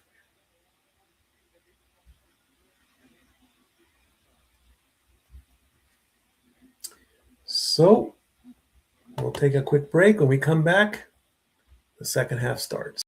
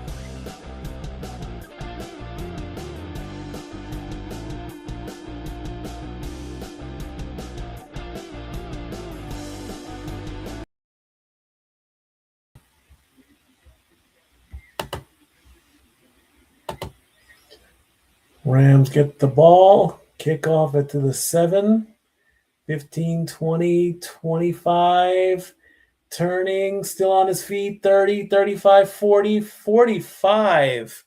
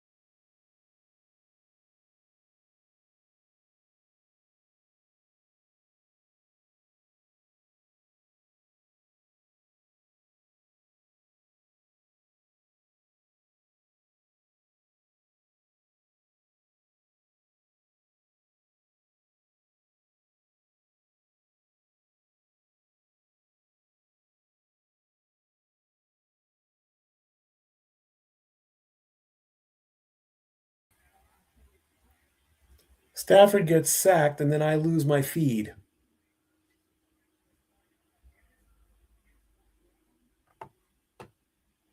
Unbelievable, man. I guess the cold is finally getting.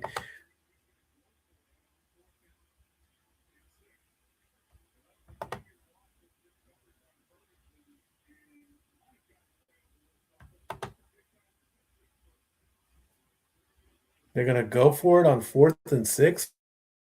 Why not? Stafford got sacked. He gets 11 yards, incomplete on 3rd and 6, and now he's going for it on 4th and 6. Gets the ball, throws, completion, and then some, and almost gets down there as Xavier Smith gets a 36-yard reception, which now might wake up the Rams.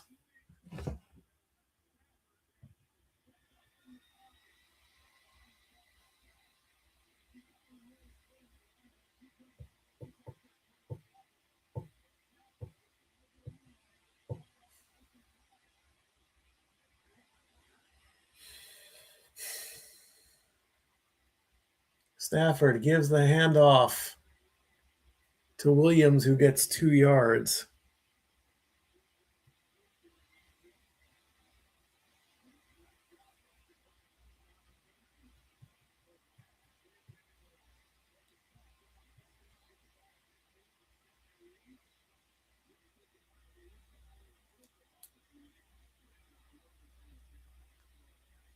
Restart phone. Sure. Restarting your device. I do not like this Gemini.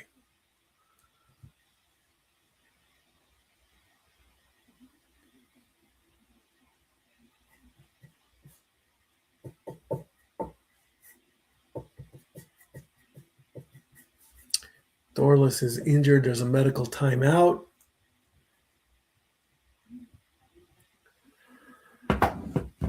I'm going again at 12:40.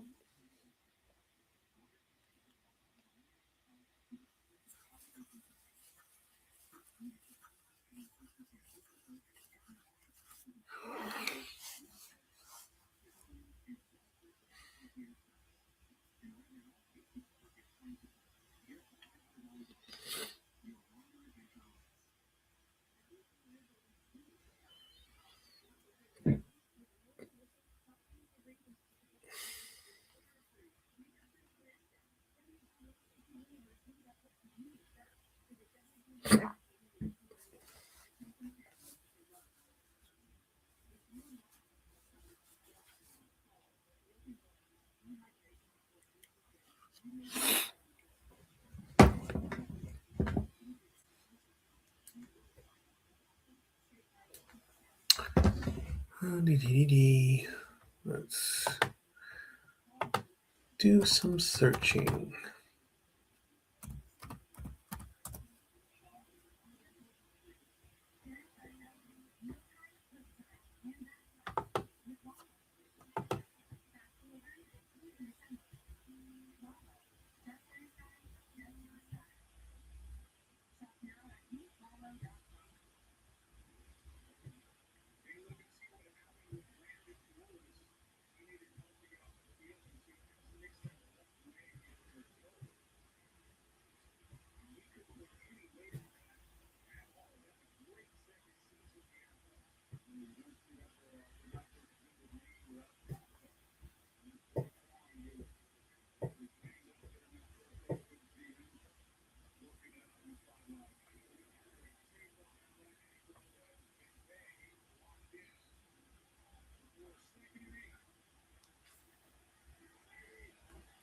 Second and 8. He fakes the handoff, throws complete, and a big hit. Ouch.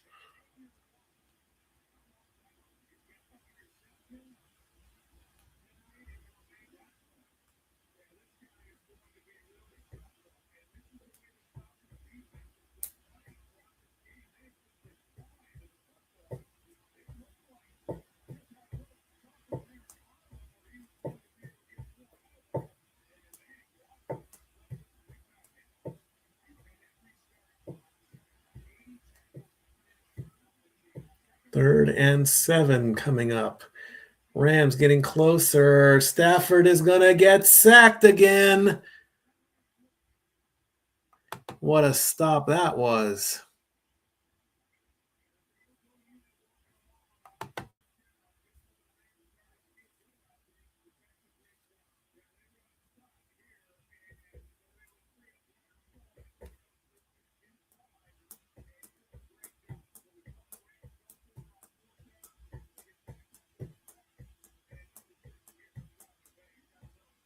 .35-yard attempt to get on the board.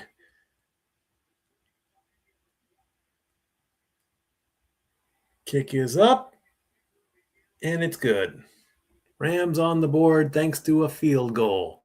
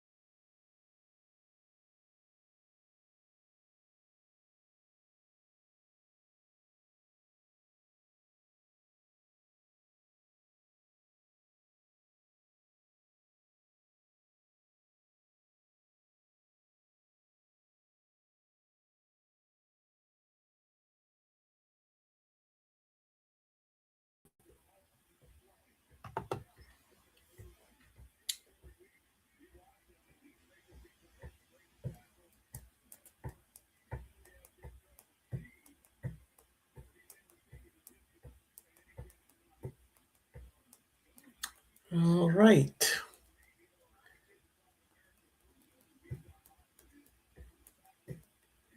There's the kick to the 1, 5, 10, 15, 20, 25, past the 30, and he falls. Drummond.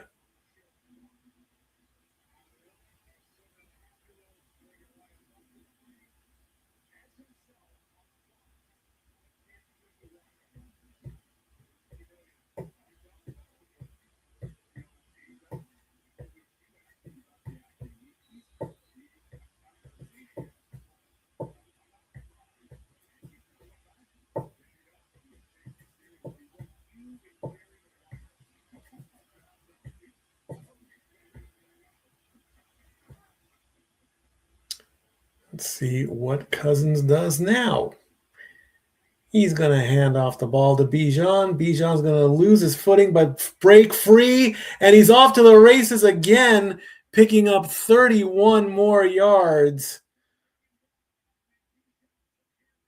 Almost got a second rushing touchdown on that one.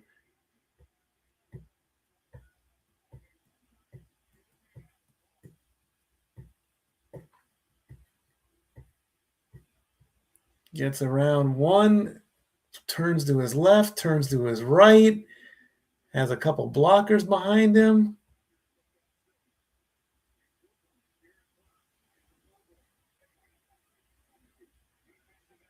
He is now at 156 rushing yards. Cousins is going to pass to Bijan. Bijan's only going to get a couple. Hey, go for 200. Why not?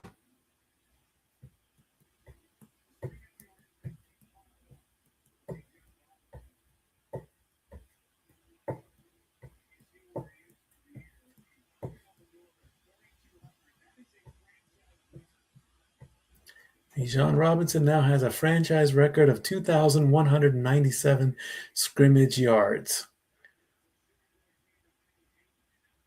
And they're going to give him the ball again, but this time he looked like he was stumbling on that one.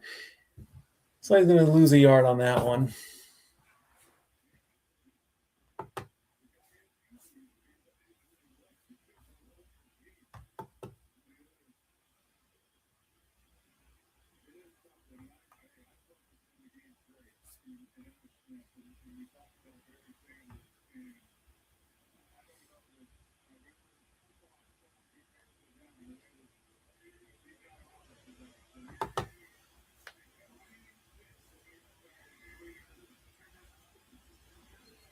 Somebody moved.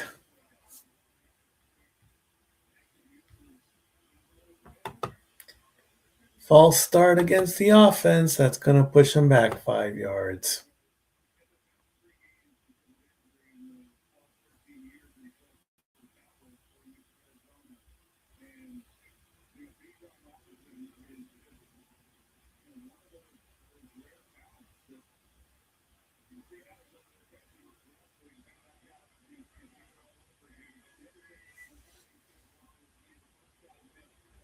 Cousins throws complete.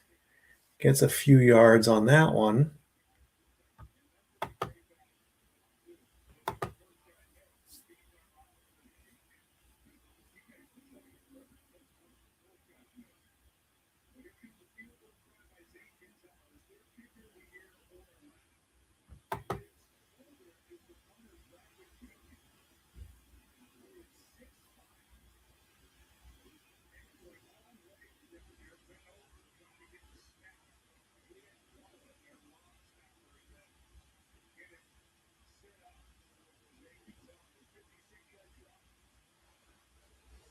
$56 yards.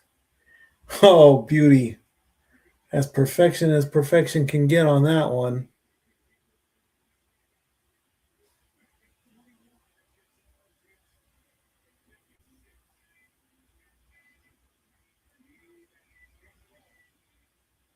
And that's going to put the Falcons up 24-3.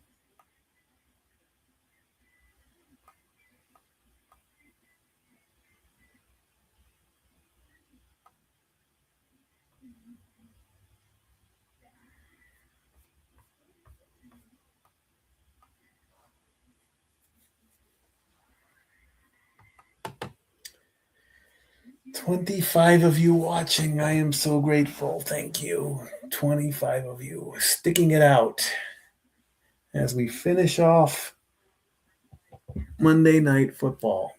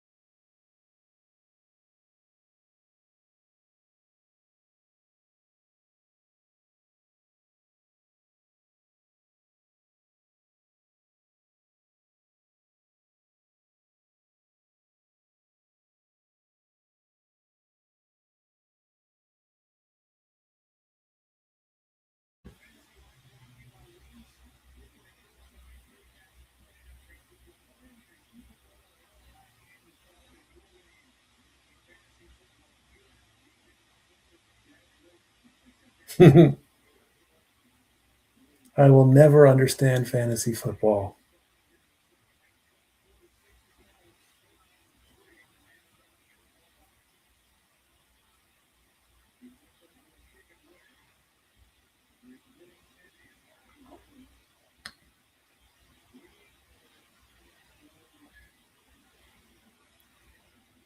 There goes the kick to the end zone. Touchback.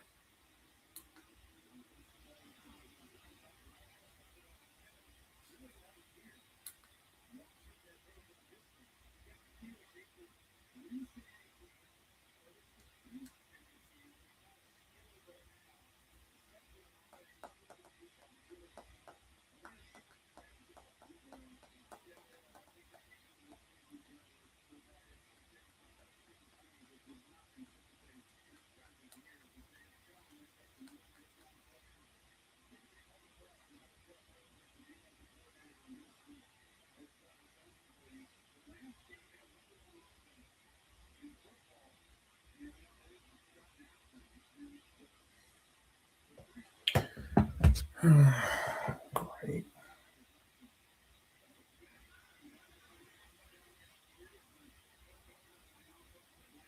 Stafford hands off.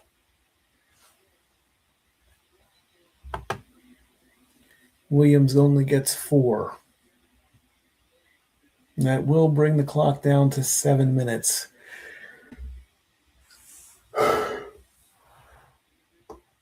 Second and 6 coming up.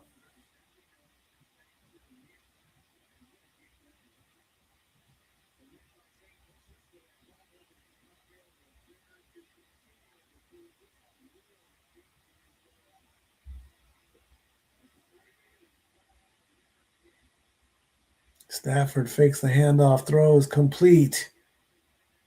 First down. Williams gets 10.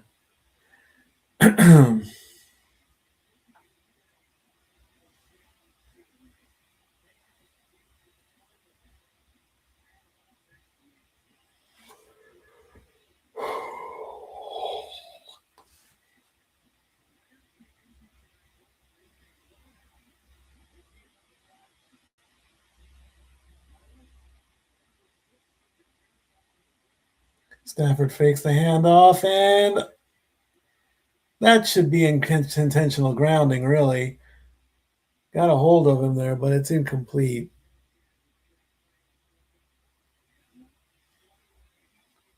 6:27 to go in the third.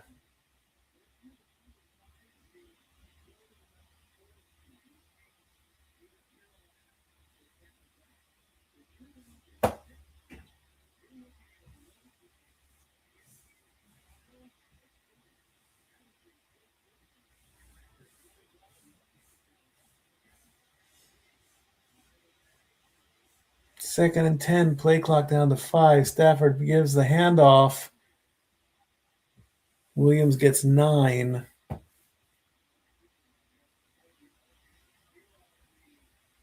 Again, Seahawks are the conference leader. The Bears, the Eagles, and the Panthers are the division leaders. The 49ers, the Rams, and the Packers are the wild card, with the Tampa Bay Bucks being the only team left in the picture. And it all comes down to the Bucks and the Panthers. Talking about where the teams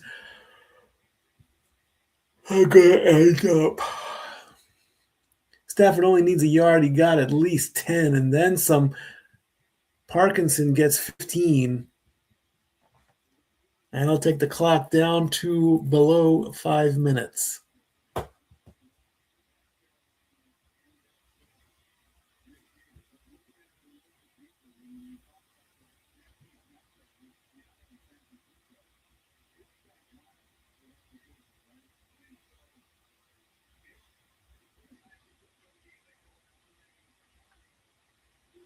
First and 10 from about the 27.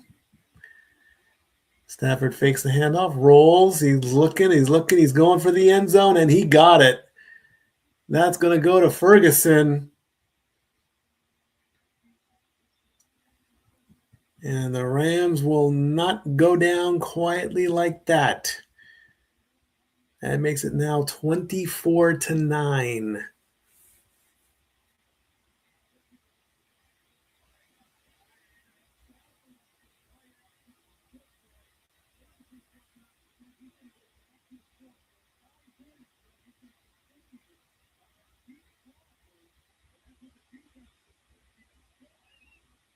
Six plays, 65 yards, 247 taken off the clock. The extra point is, it's good. So that makes the score 24-10.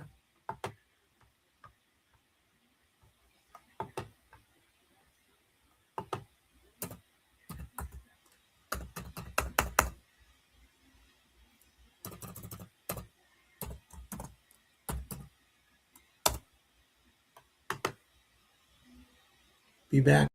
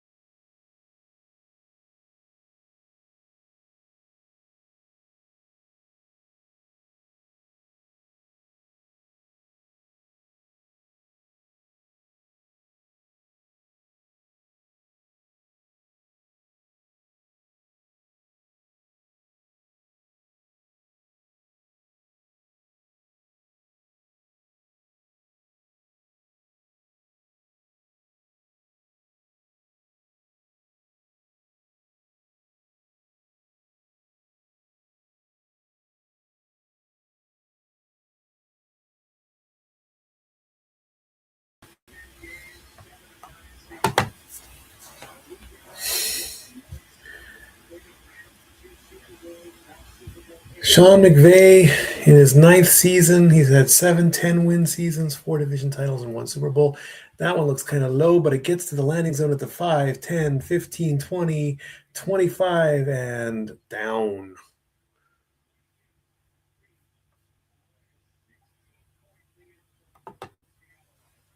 "21-yard return by Tompkins."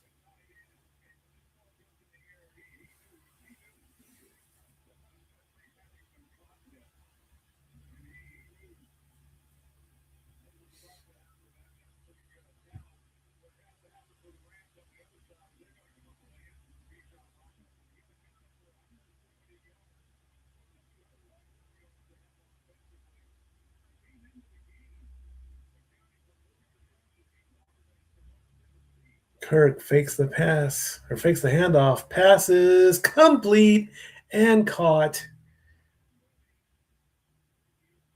But there's a flag on the play.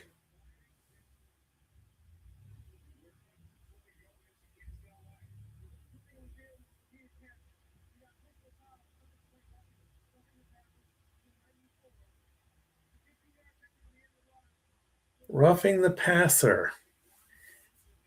Really? Let's see.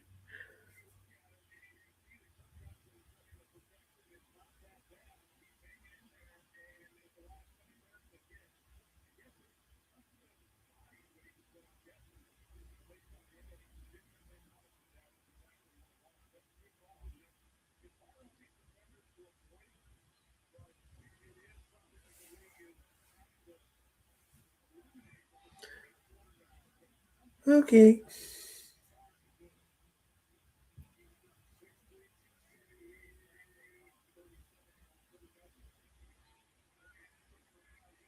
Pass complete. Bijan's going to get some more passing yards as he gets 8 more.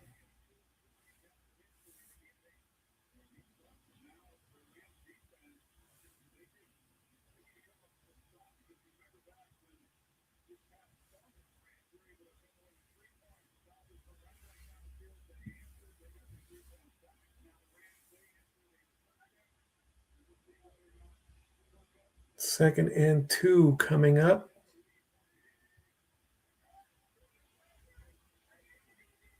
From the 20, halfway between the 30 and the 29. Bijan's going to fight his way and then make his way to the first down marker.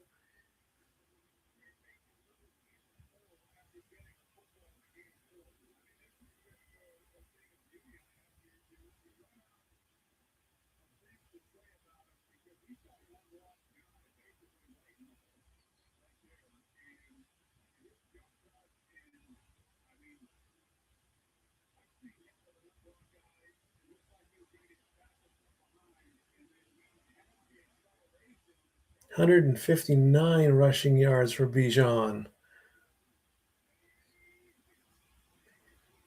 And he's going to run again. He'll only get a couple on that one. It's going to make it second and 8.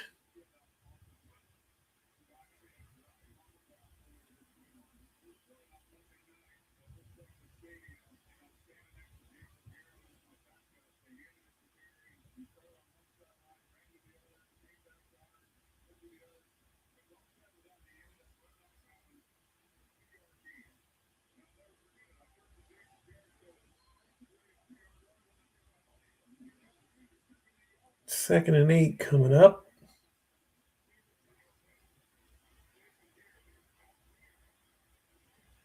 Algier will get 6 to make it third and 2.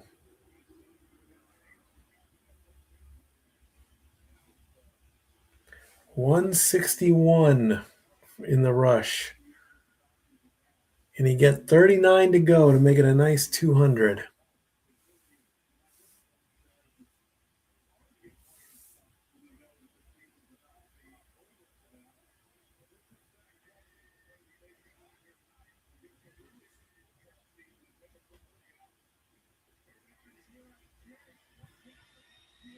Algier loses 2 on that one. Going to make it fourth down.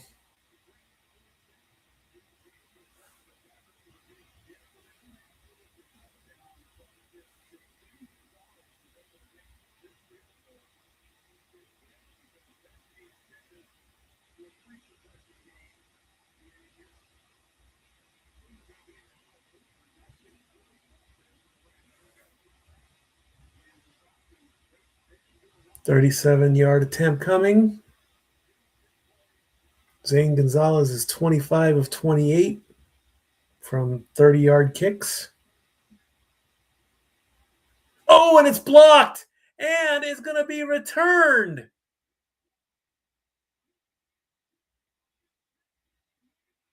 Oh my gosh, what a play.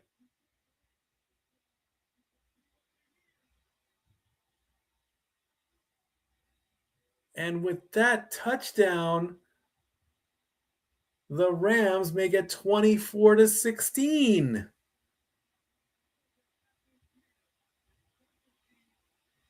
A blocked field goal, which turns into a touchdown.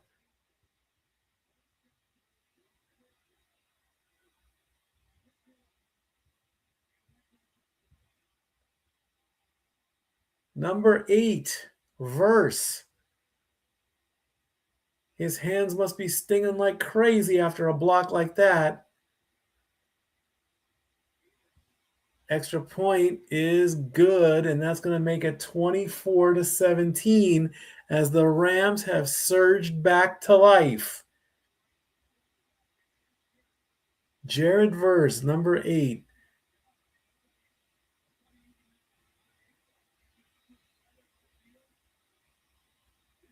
Takes some time to wave at the Falcons as he runs past for a touchdown. It hits his hand, one bounce, he catches it and runs it all the way in. Unbelievable. What a play that was.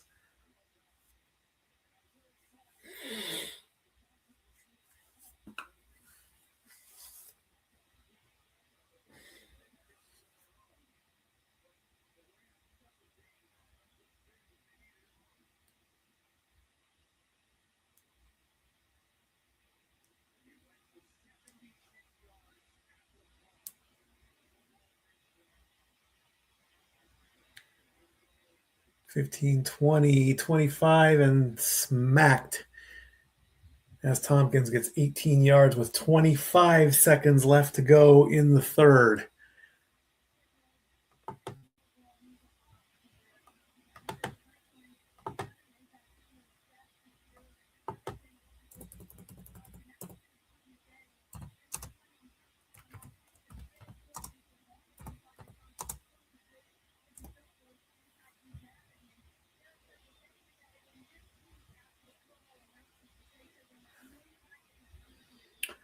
This will be the last play of the third quarter.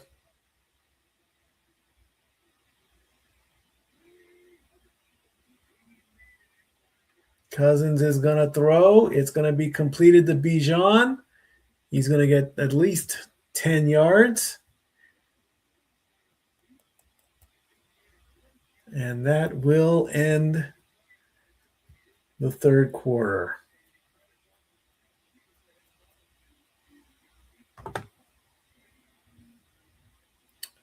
The final quarter of the final game of Monday Night Football in the 2025 season. Bizarro land and then some. Be right back for the fourth quarter.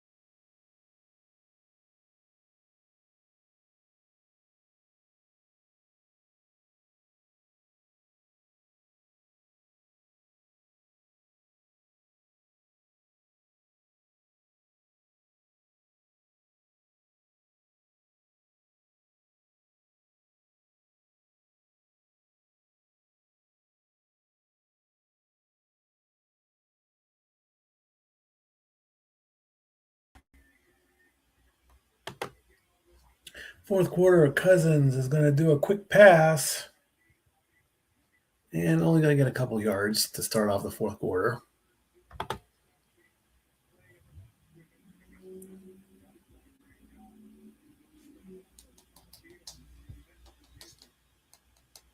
And Landman is being helped off the field. It was actually a 3-yard run.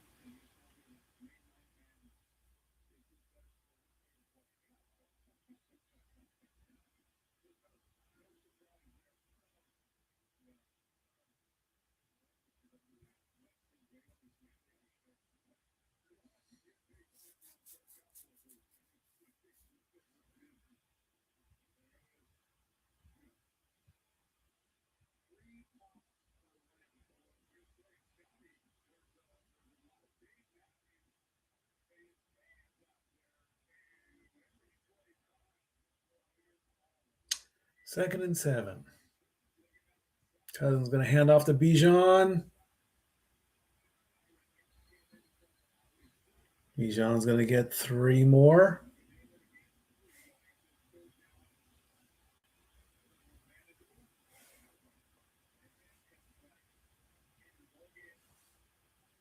Third and 4 coming up. A stop here by the Rams. Bijan's at 167, so he's got 200 total yards. 201, but I want 200 rushing yards. Cousins is going to throw, and there's nobody there. Bijan was the intended target, and that's going to make it fourth down.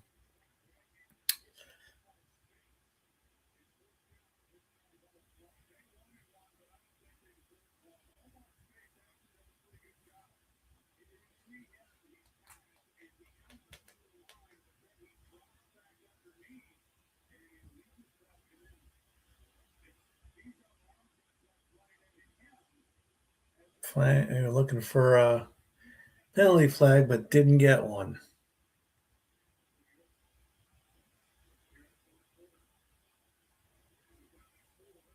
I'm going to punt away. Right at the 9-yard line. Got up to the 20. 11-yard return. Rams with the ball. 13:36 to go in the fourth.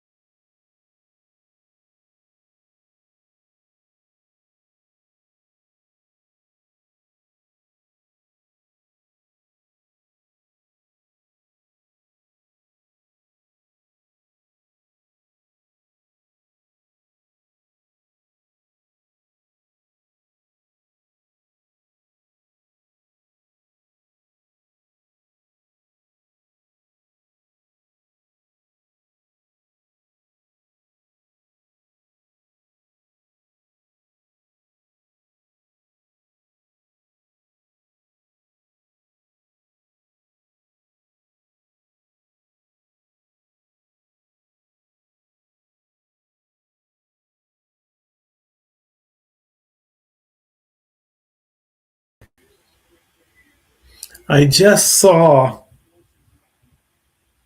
a parlay on Instagram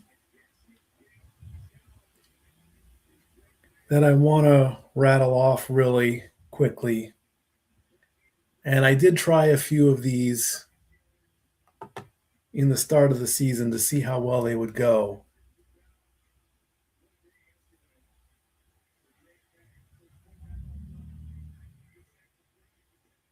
Stafford's going to hand off to Williams, and Williams is going to run. I'll get the stat on that one in just a second. So the first one says Bijan Robinson higher than 45.5 receiving yards. And right now, according to the stats,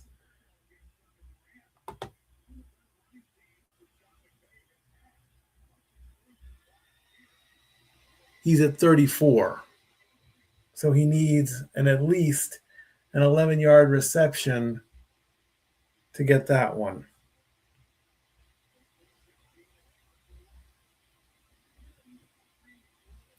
Matthew Stafford, more than 270.5. He is currently at 212. So he needs 58 yards for that. 2nd and 1 coming up.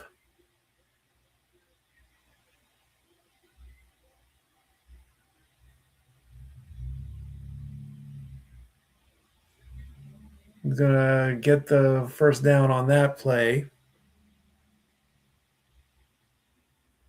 as the clock hits 11:30.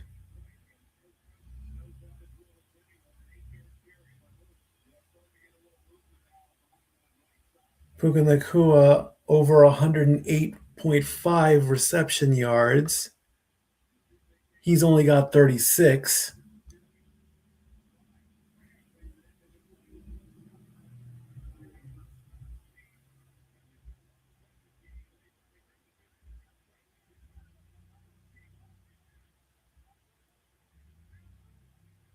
Three on the play clock.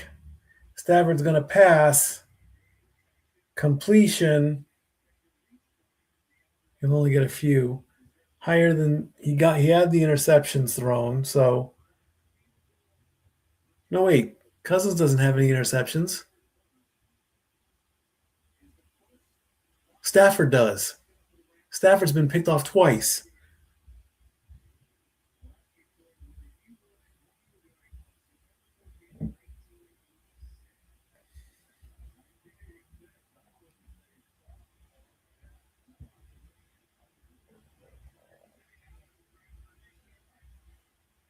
Second and 8 coming up. Kyron Williams higher than 63. If he would have caught that one, that would have been the one. Kyron Williams has only 52 rushing yards.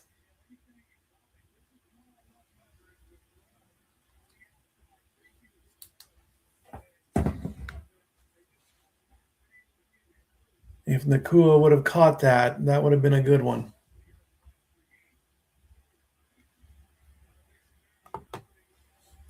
Third and 8 with 10:04 to go.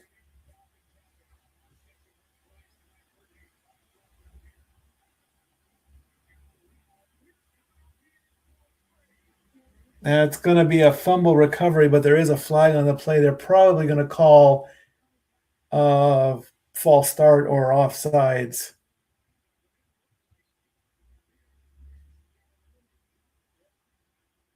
Somebody moved, so the fumble recovery might not count.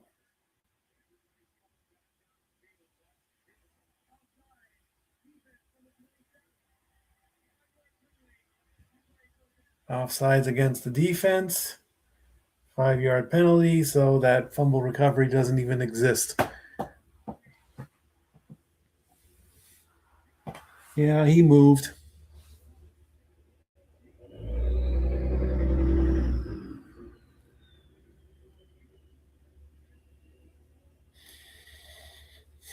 So it's going to be 3rd and 3.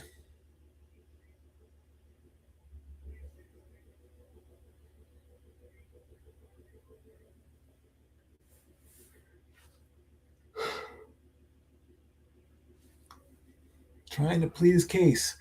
Stafford's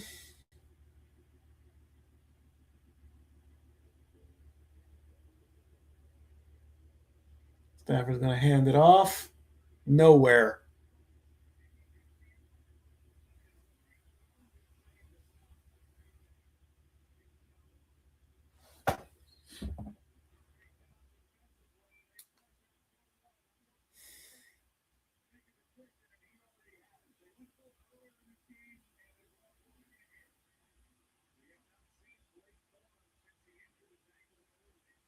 Rams are going to go for it on 4th and 2.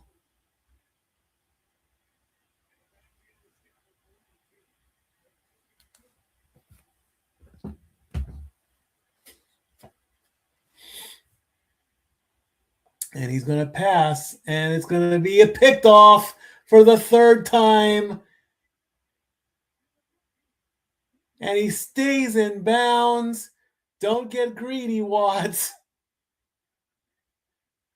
2 pick sixes in one night.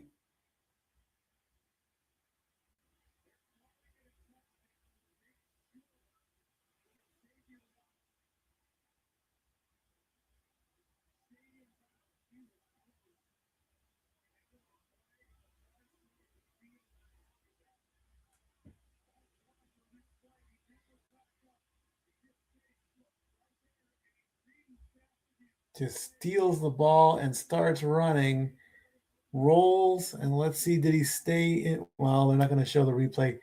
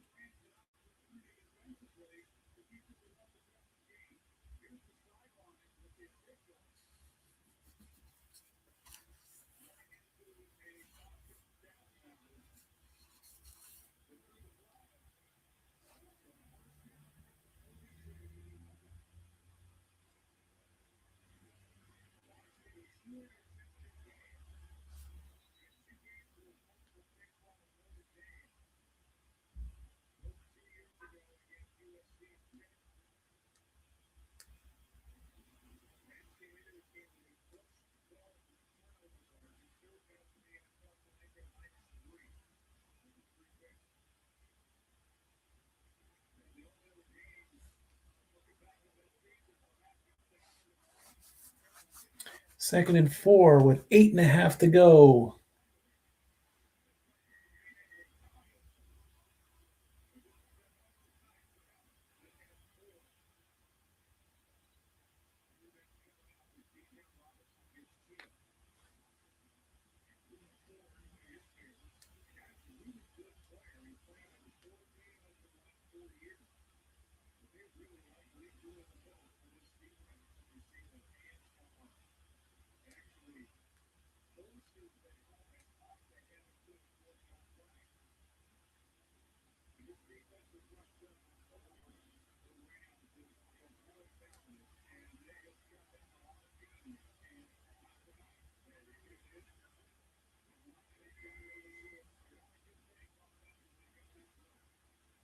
Cousins throws, and he nearly gets picked off in return.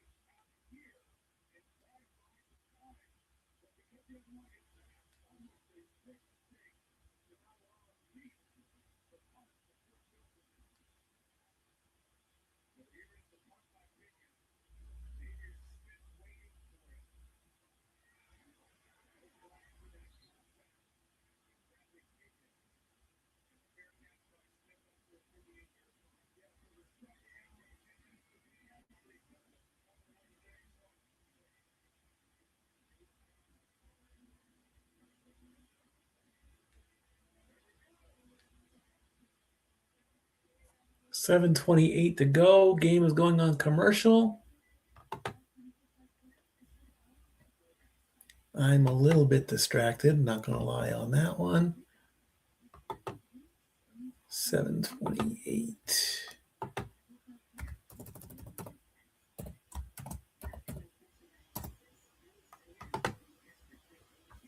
Be right back.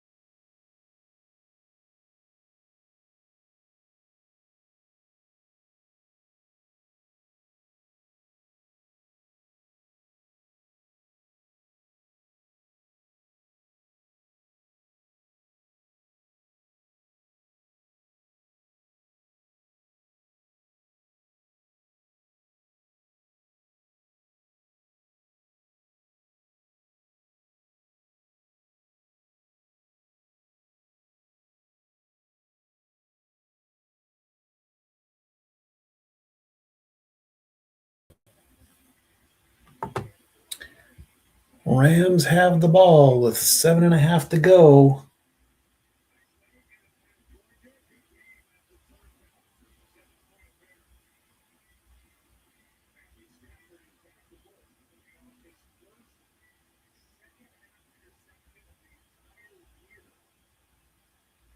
$18 of 30, 214 yards, 1 touchdown, 3 interceptions for Matthew Stafford. Kyron Williams gets some yardage.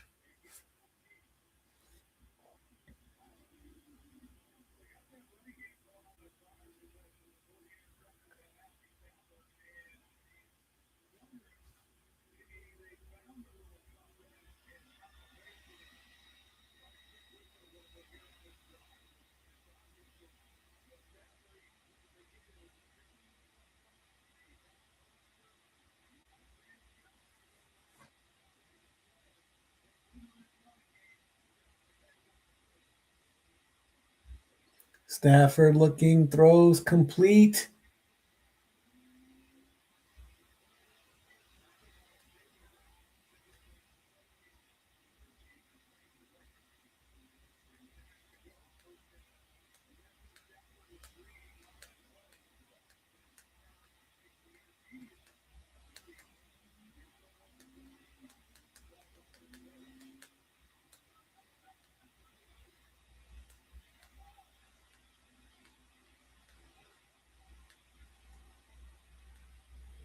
Stafford again, throws complete.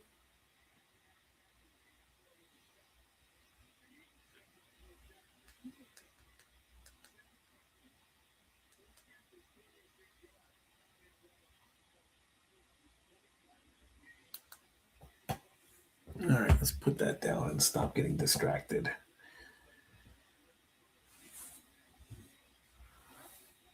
I swear, if I wasn't so stubborn, I'd probably be diagnosed with ADHD. I don't want to use that as a crutch. That's why I don't do it. Stafford, hands off, pushing his way into the first down.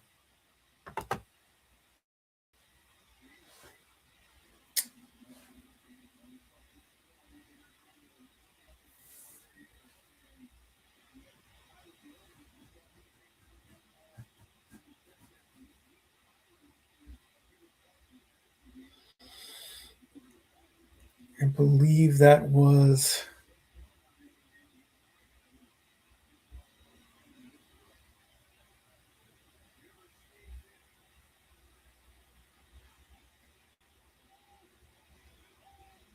he's throwing, flag on the play.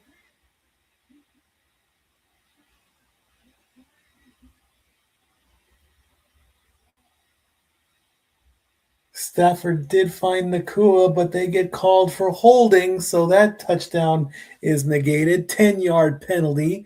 It's now going to be 1st and 20.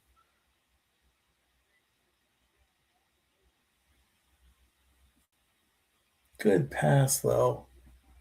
That would have been a great number of yardage. That was a 41-yard pass.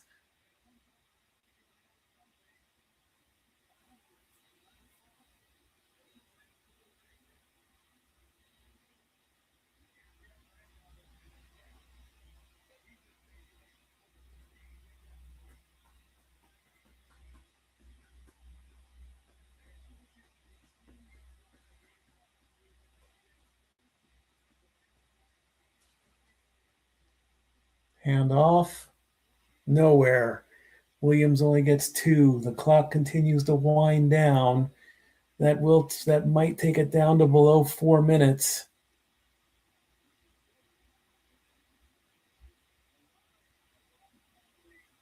Second and 18.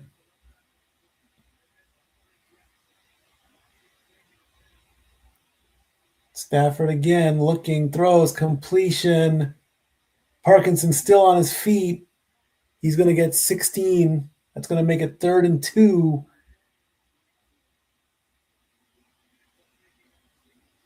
The clock winding down to 4 minutes. 3rd and 2 to go.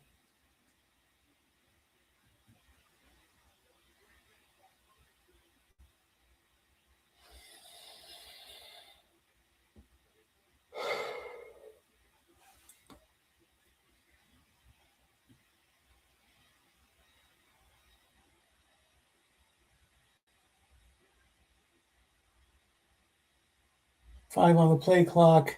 Hands off. First down and complete. Williams is going to go down and get 22 yards. There's a flag on the play, though.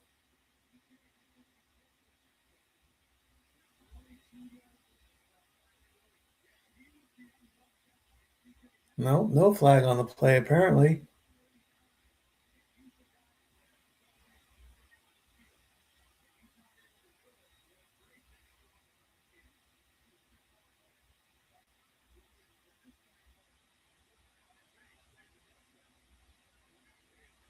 Kyron Williams has 92 rushing yards.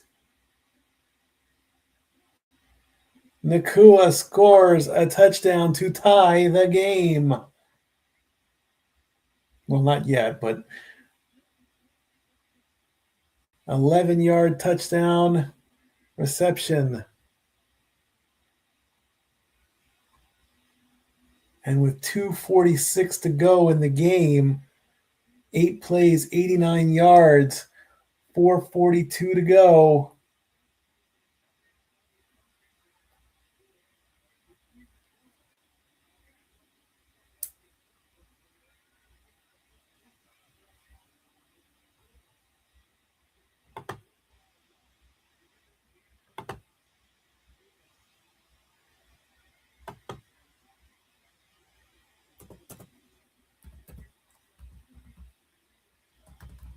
And I just now realized that the scoreboard that I've been putting up has been wrong the whole doggone time because I've been so distracted.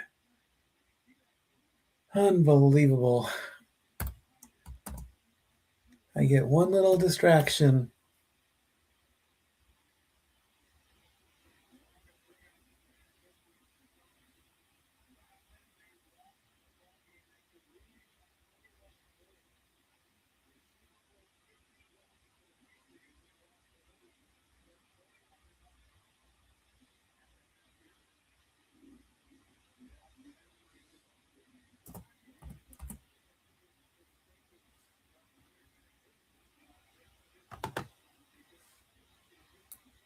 The last time the Falcons lost by more than 21 points was when they were in the Super Bowl.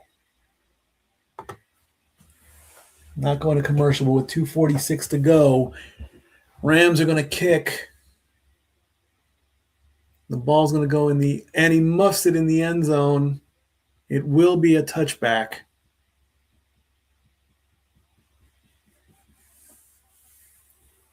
So all they got to do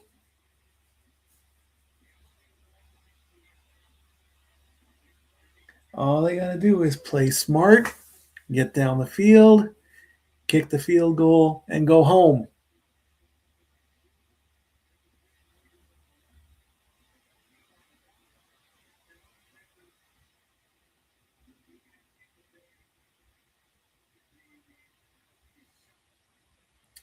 With 2:46 to go, Kirk, give the ball to Bijan. Run down the clock. He fakes it and almost got picked off.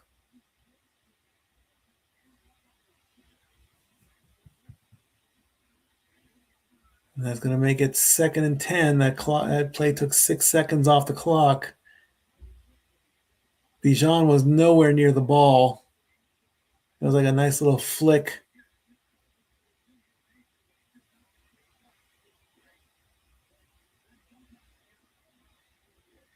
Second and 10. Run the ball. Don't go for the pass. Cousins throws, complete, first down.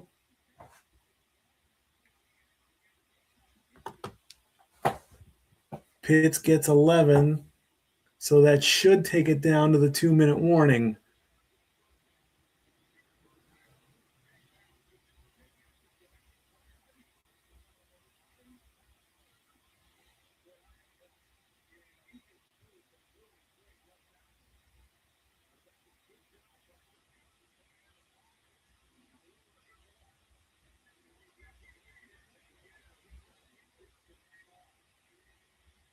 And they do not get the play before the 2-minute warning.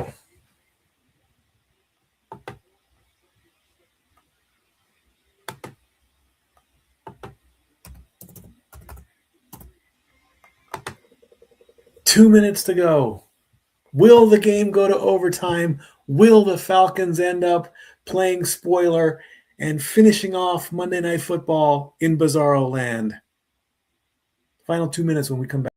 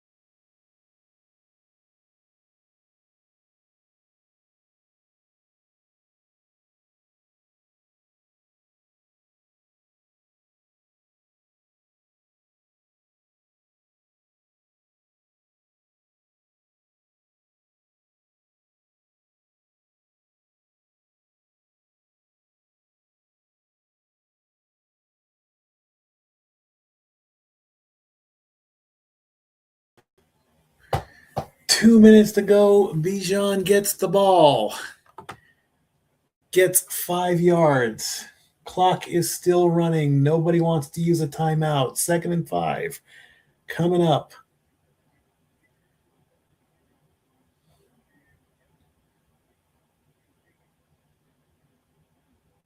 The Falcons looks like they're running down the clock. Bijan's at 181. Ball just past the midfield. He's going to get the ball again. Almost get to the first down marker. He's going to get another 4. That's going to put him at 185. Clock down to 70 seconds. 3rd and 1 coming up. They're doing clock management here. He's trying to get him close. 1 minute to go. 55.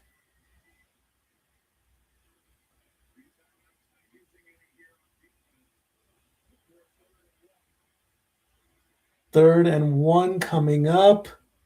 Gives the ball to Bijan. Bijan gets the first down and runs out of bounds to get 10. That puts him at 195, stopping the clock at 38 seconds left.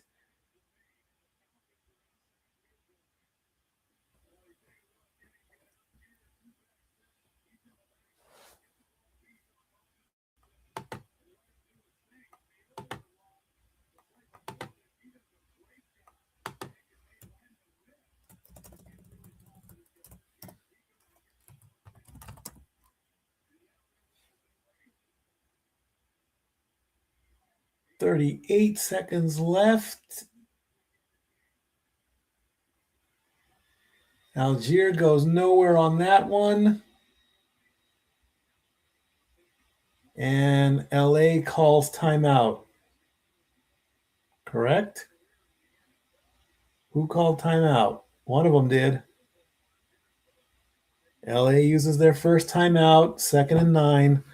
31 seconds left on the clock.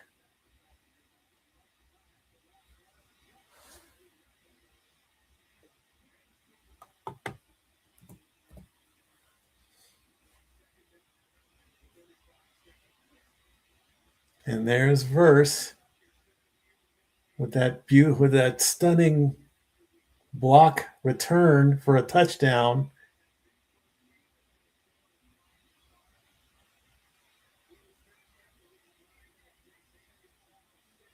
"35 seconds, 2nd and 9. Algier goes down again, right at the line of scrimmage. 30 seconds left. And the Rams are going to use their second timeout.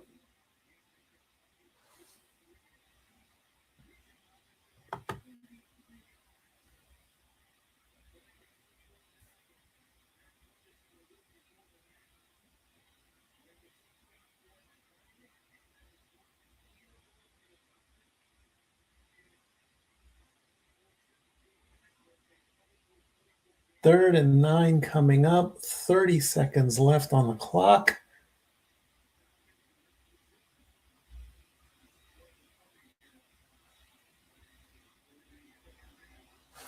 Yes, I am still watching football after 4 hours.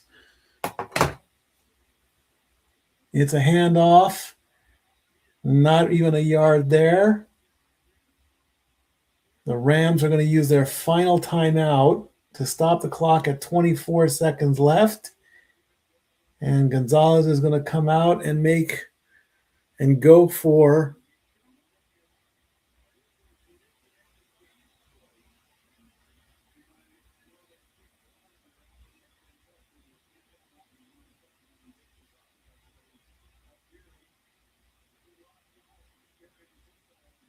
maybe a 50-yarder.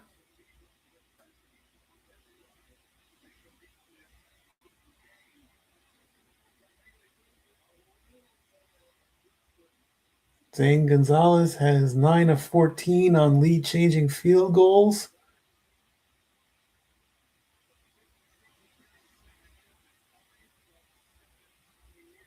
This is a 51.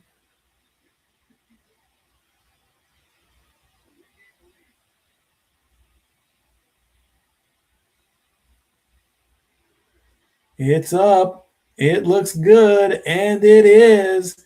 And the Falcons take the lead 27-24 with 21 seconds left. The Rams have no timeouts. It's going to be one good kick. End over end kick.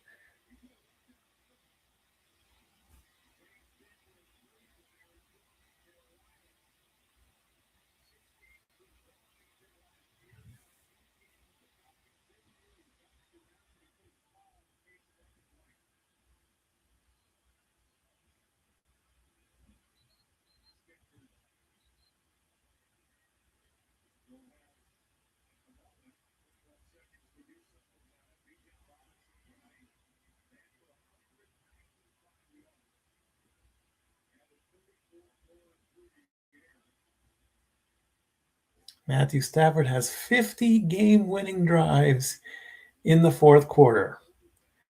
Looking for 51, perhaps.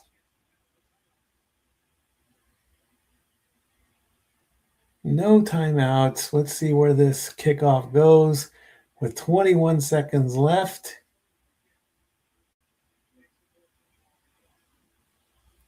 It's going to go into the end zone for a touchback.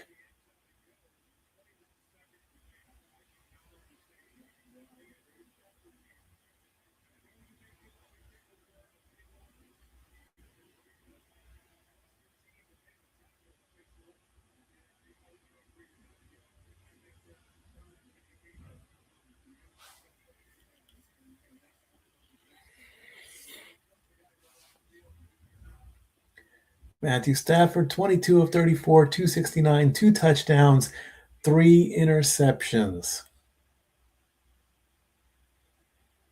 Stafford's probably going to air it out, get as many yards as he can, trying to get in the field goal range. He's going to throw incomplete. Smith was the intended target. He had Xavier Smith.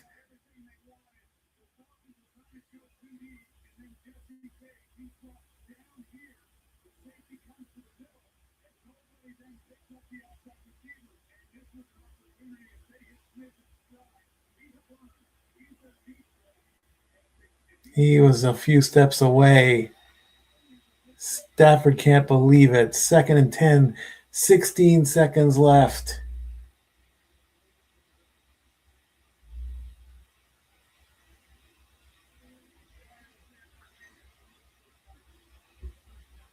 Why does Atlanta take a timeout at this point? I have no idea.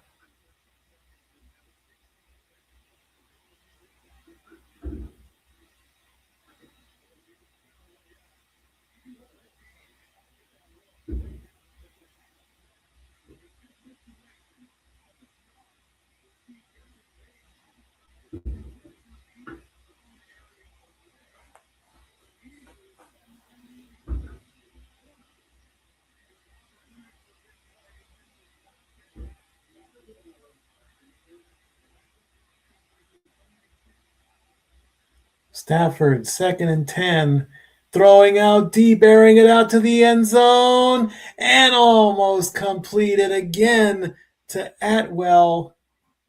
9 seconds to go.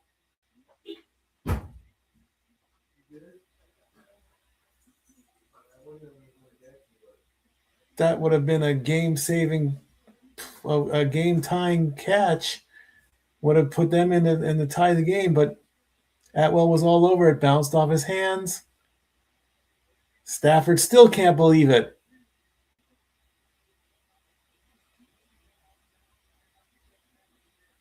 Third and 10, 10 seconds to go in the game. Stafford drops the ball, but another timeout. Why would Atlanta be calling timeout? What's the point? The game, they are in control of the clock here. They just got to play defense.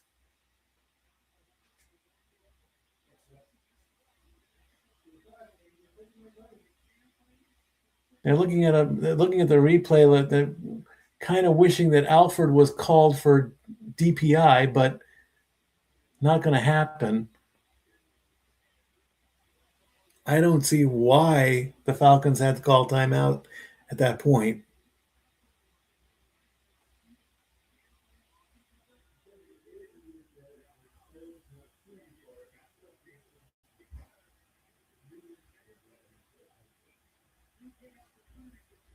Stafford with the last 10 seconds, he's going to air out to the sideline.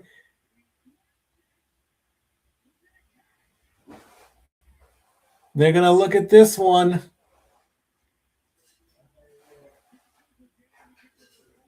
They're saying Nakua.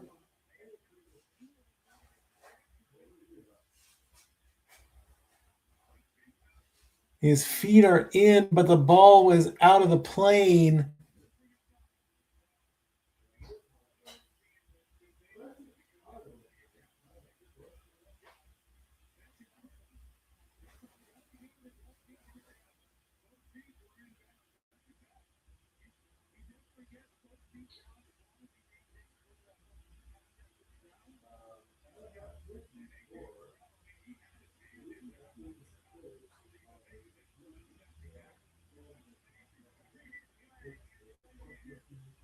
They are reviewing the play. The ruling on the field is incomplete, but it is under review. Both his feet are in. The hands, he brings it in and then falls out of bounds.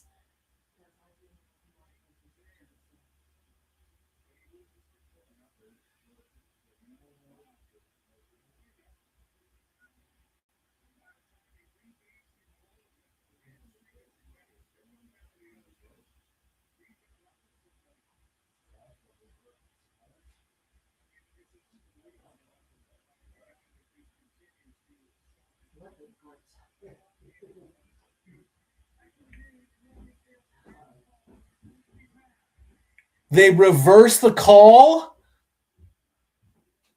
Oh no, play stands as called. It's incomplete. It's upheld.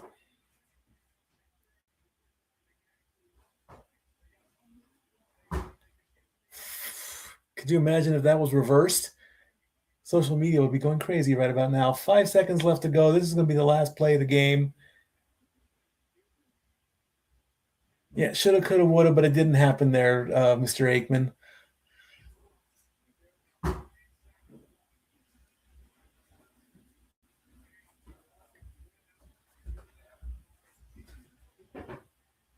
Final play coming up. They're going to try to maintain their pride, I guess.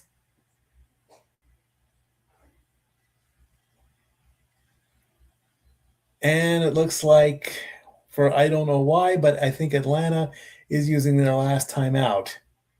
Yes, they are. Why?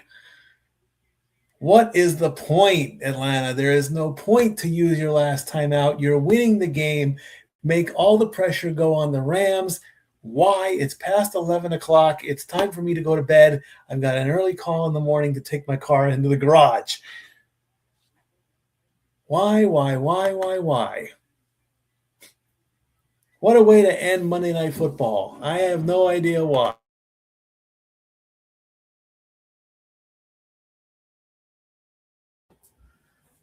Hey, Dory Lou enters. It's the last play of Monday Night Football. The Rams are trying to win this game.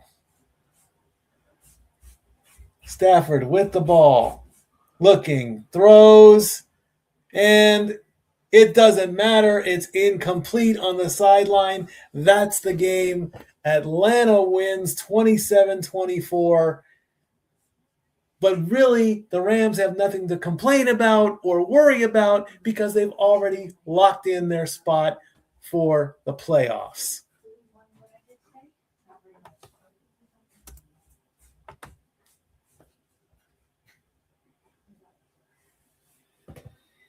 So the Rams are going to fall to 11-5.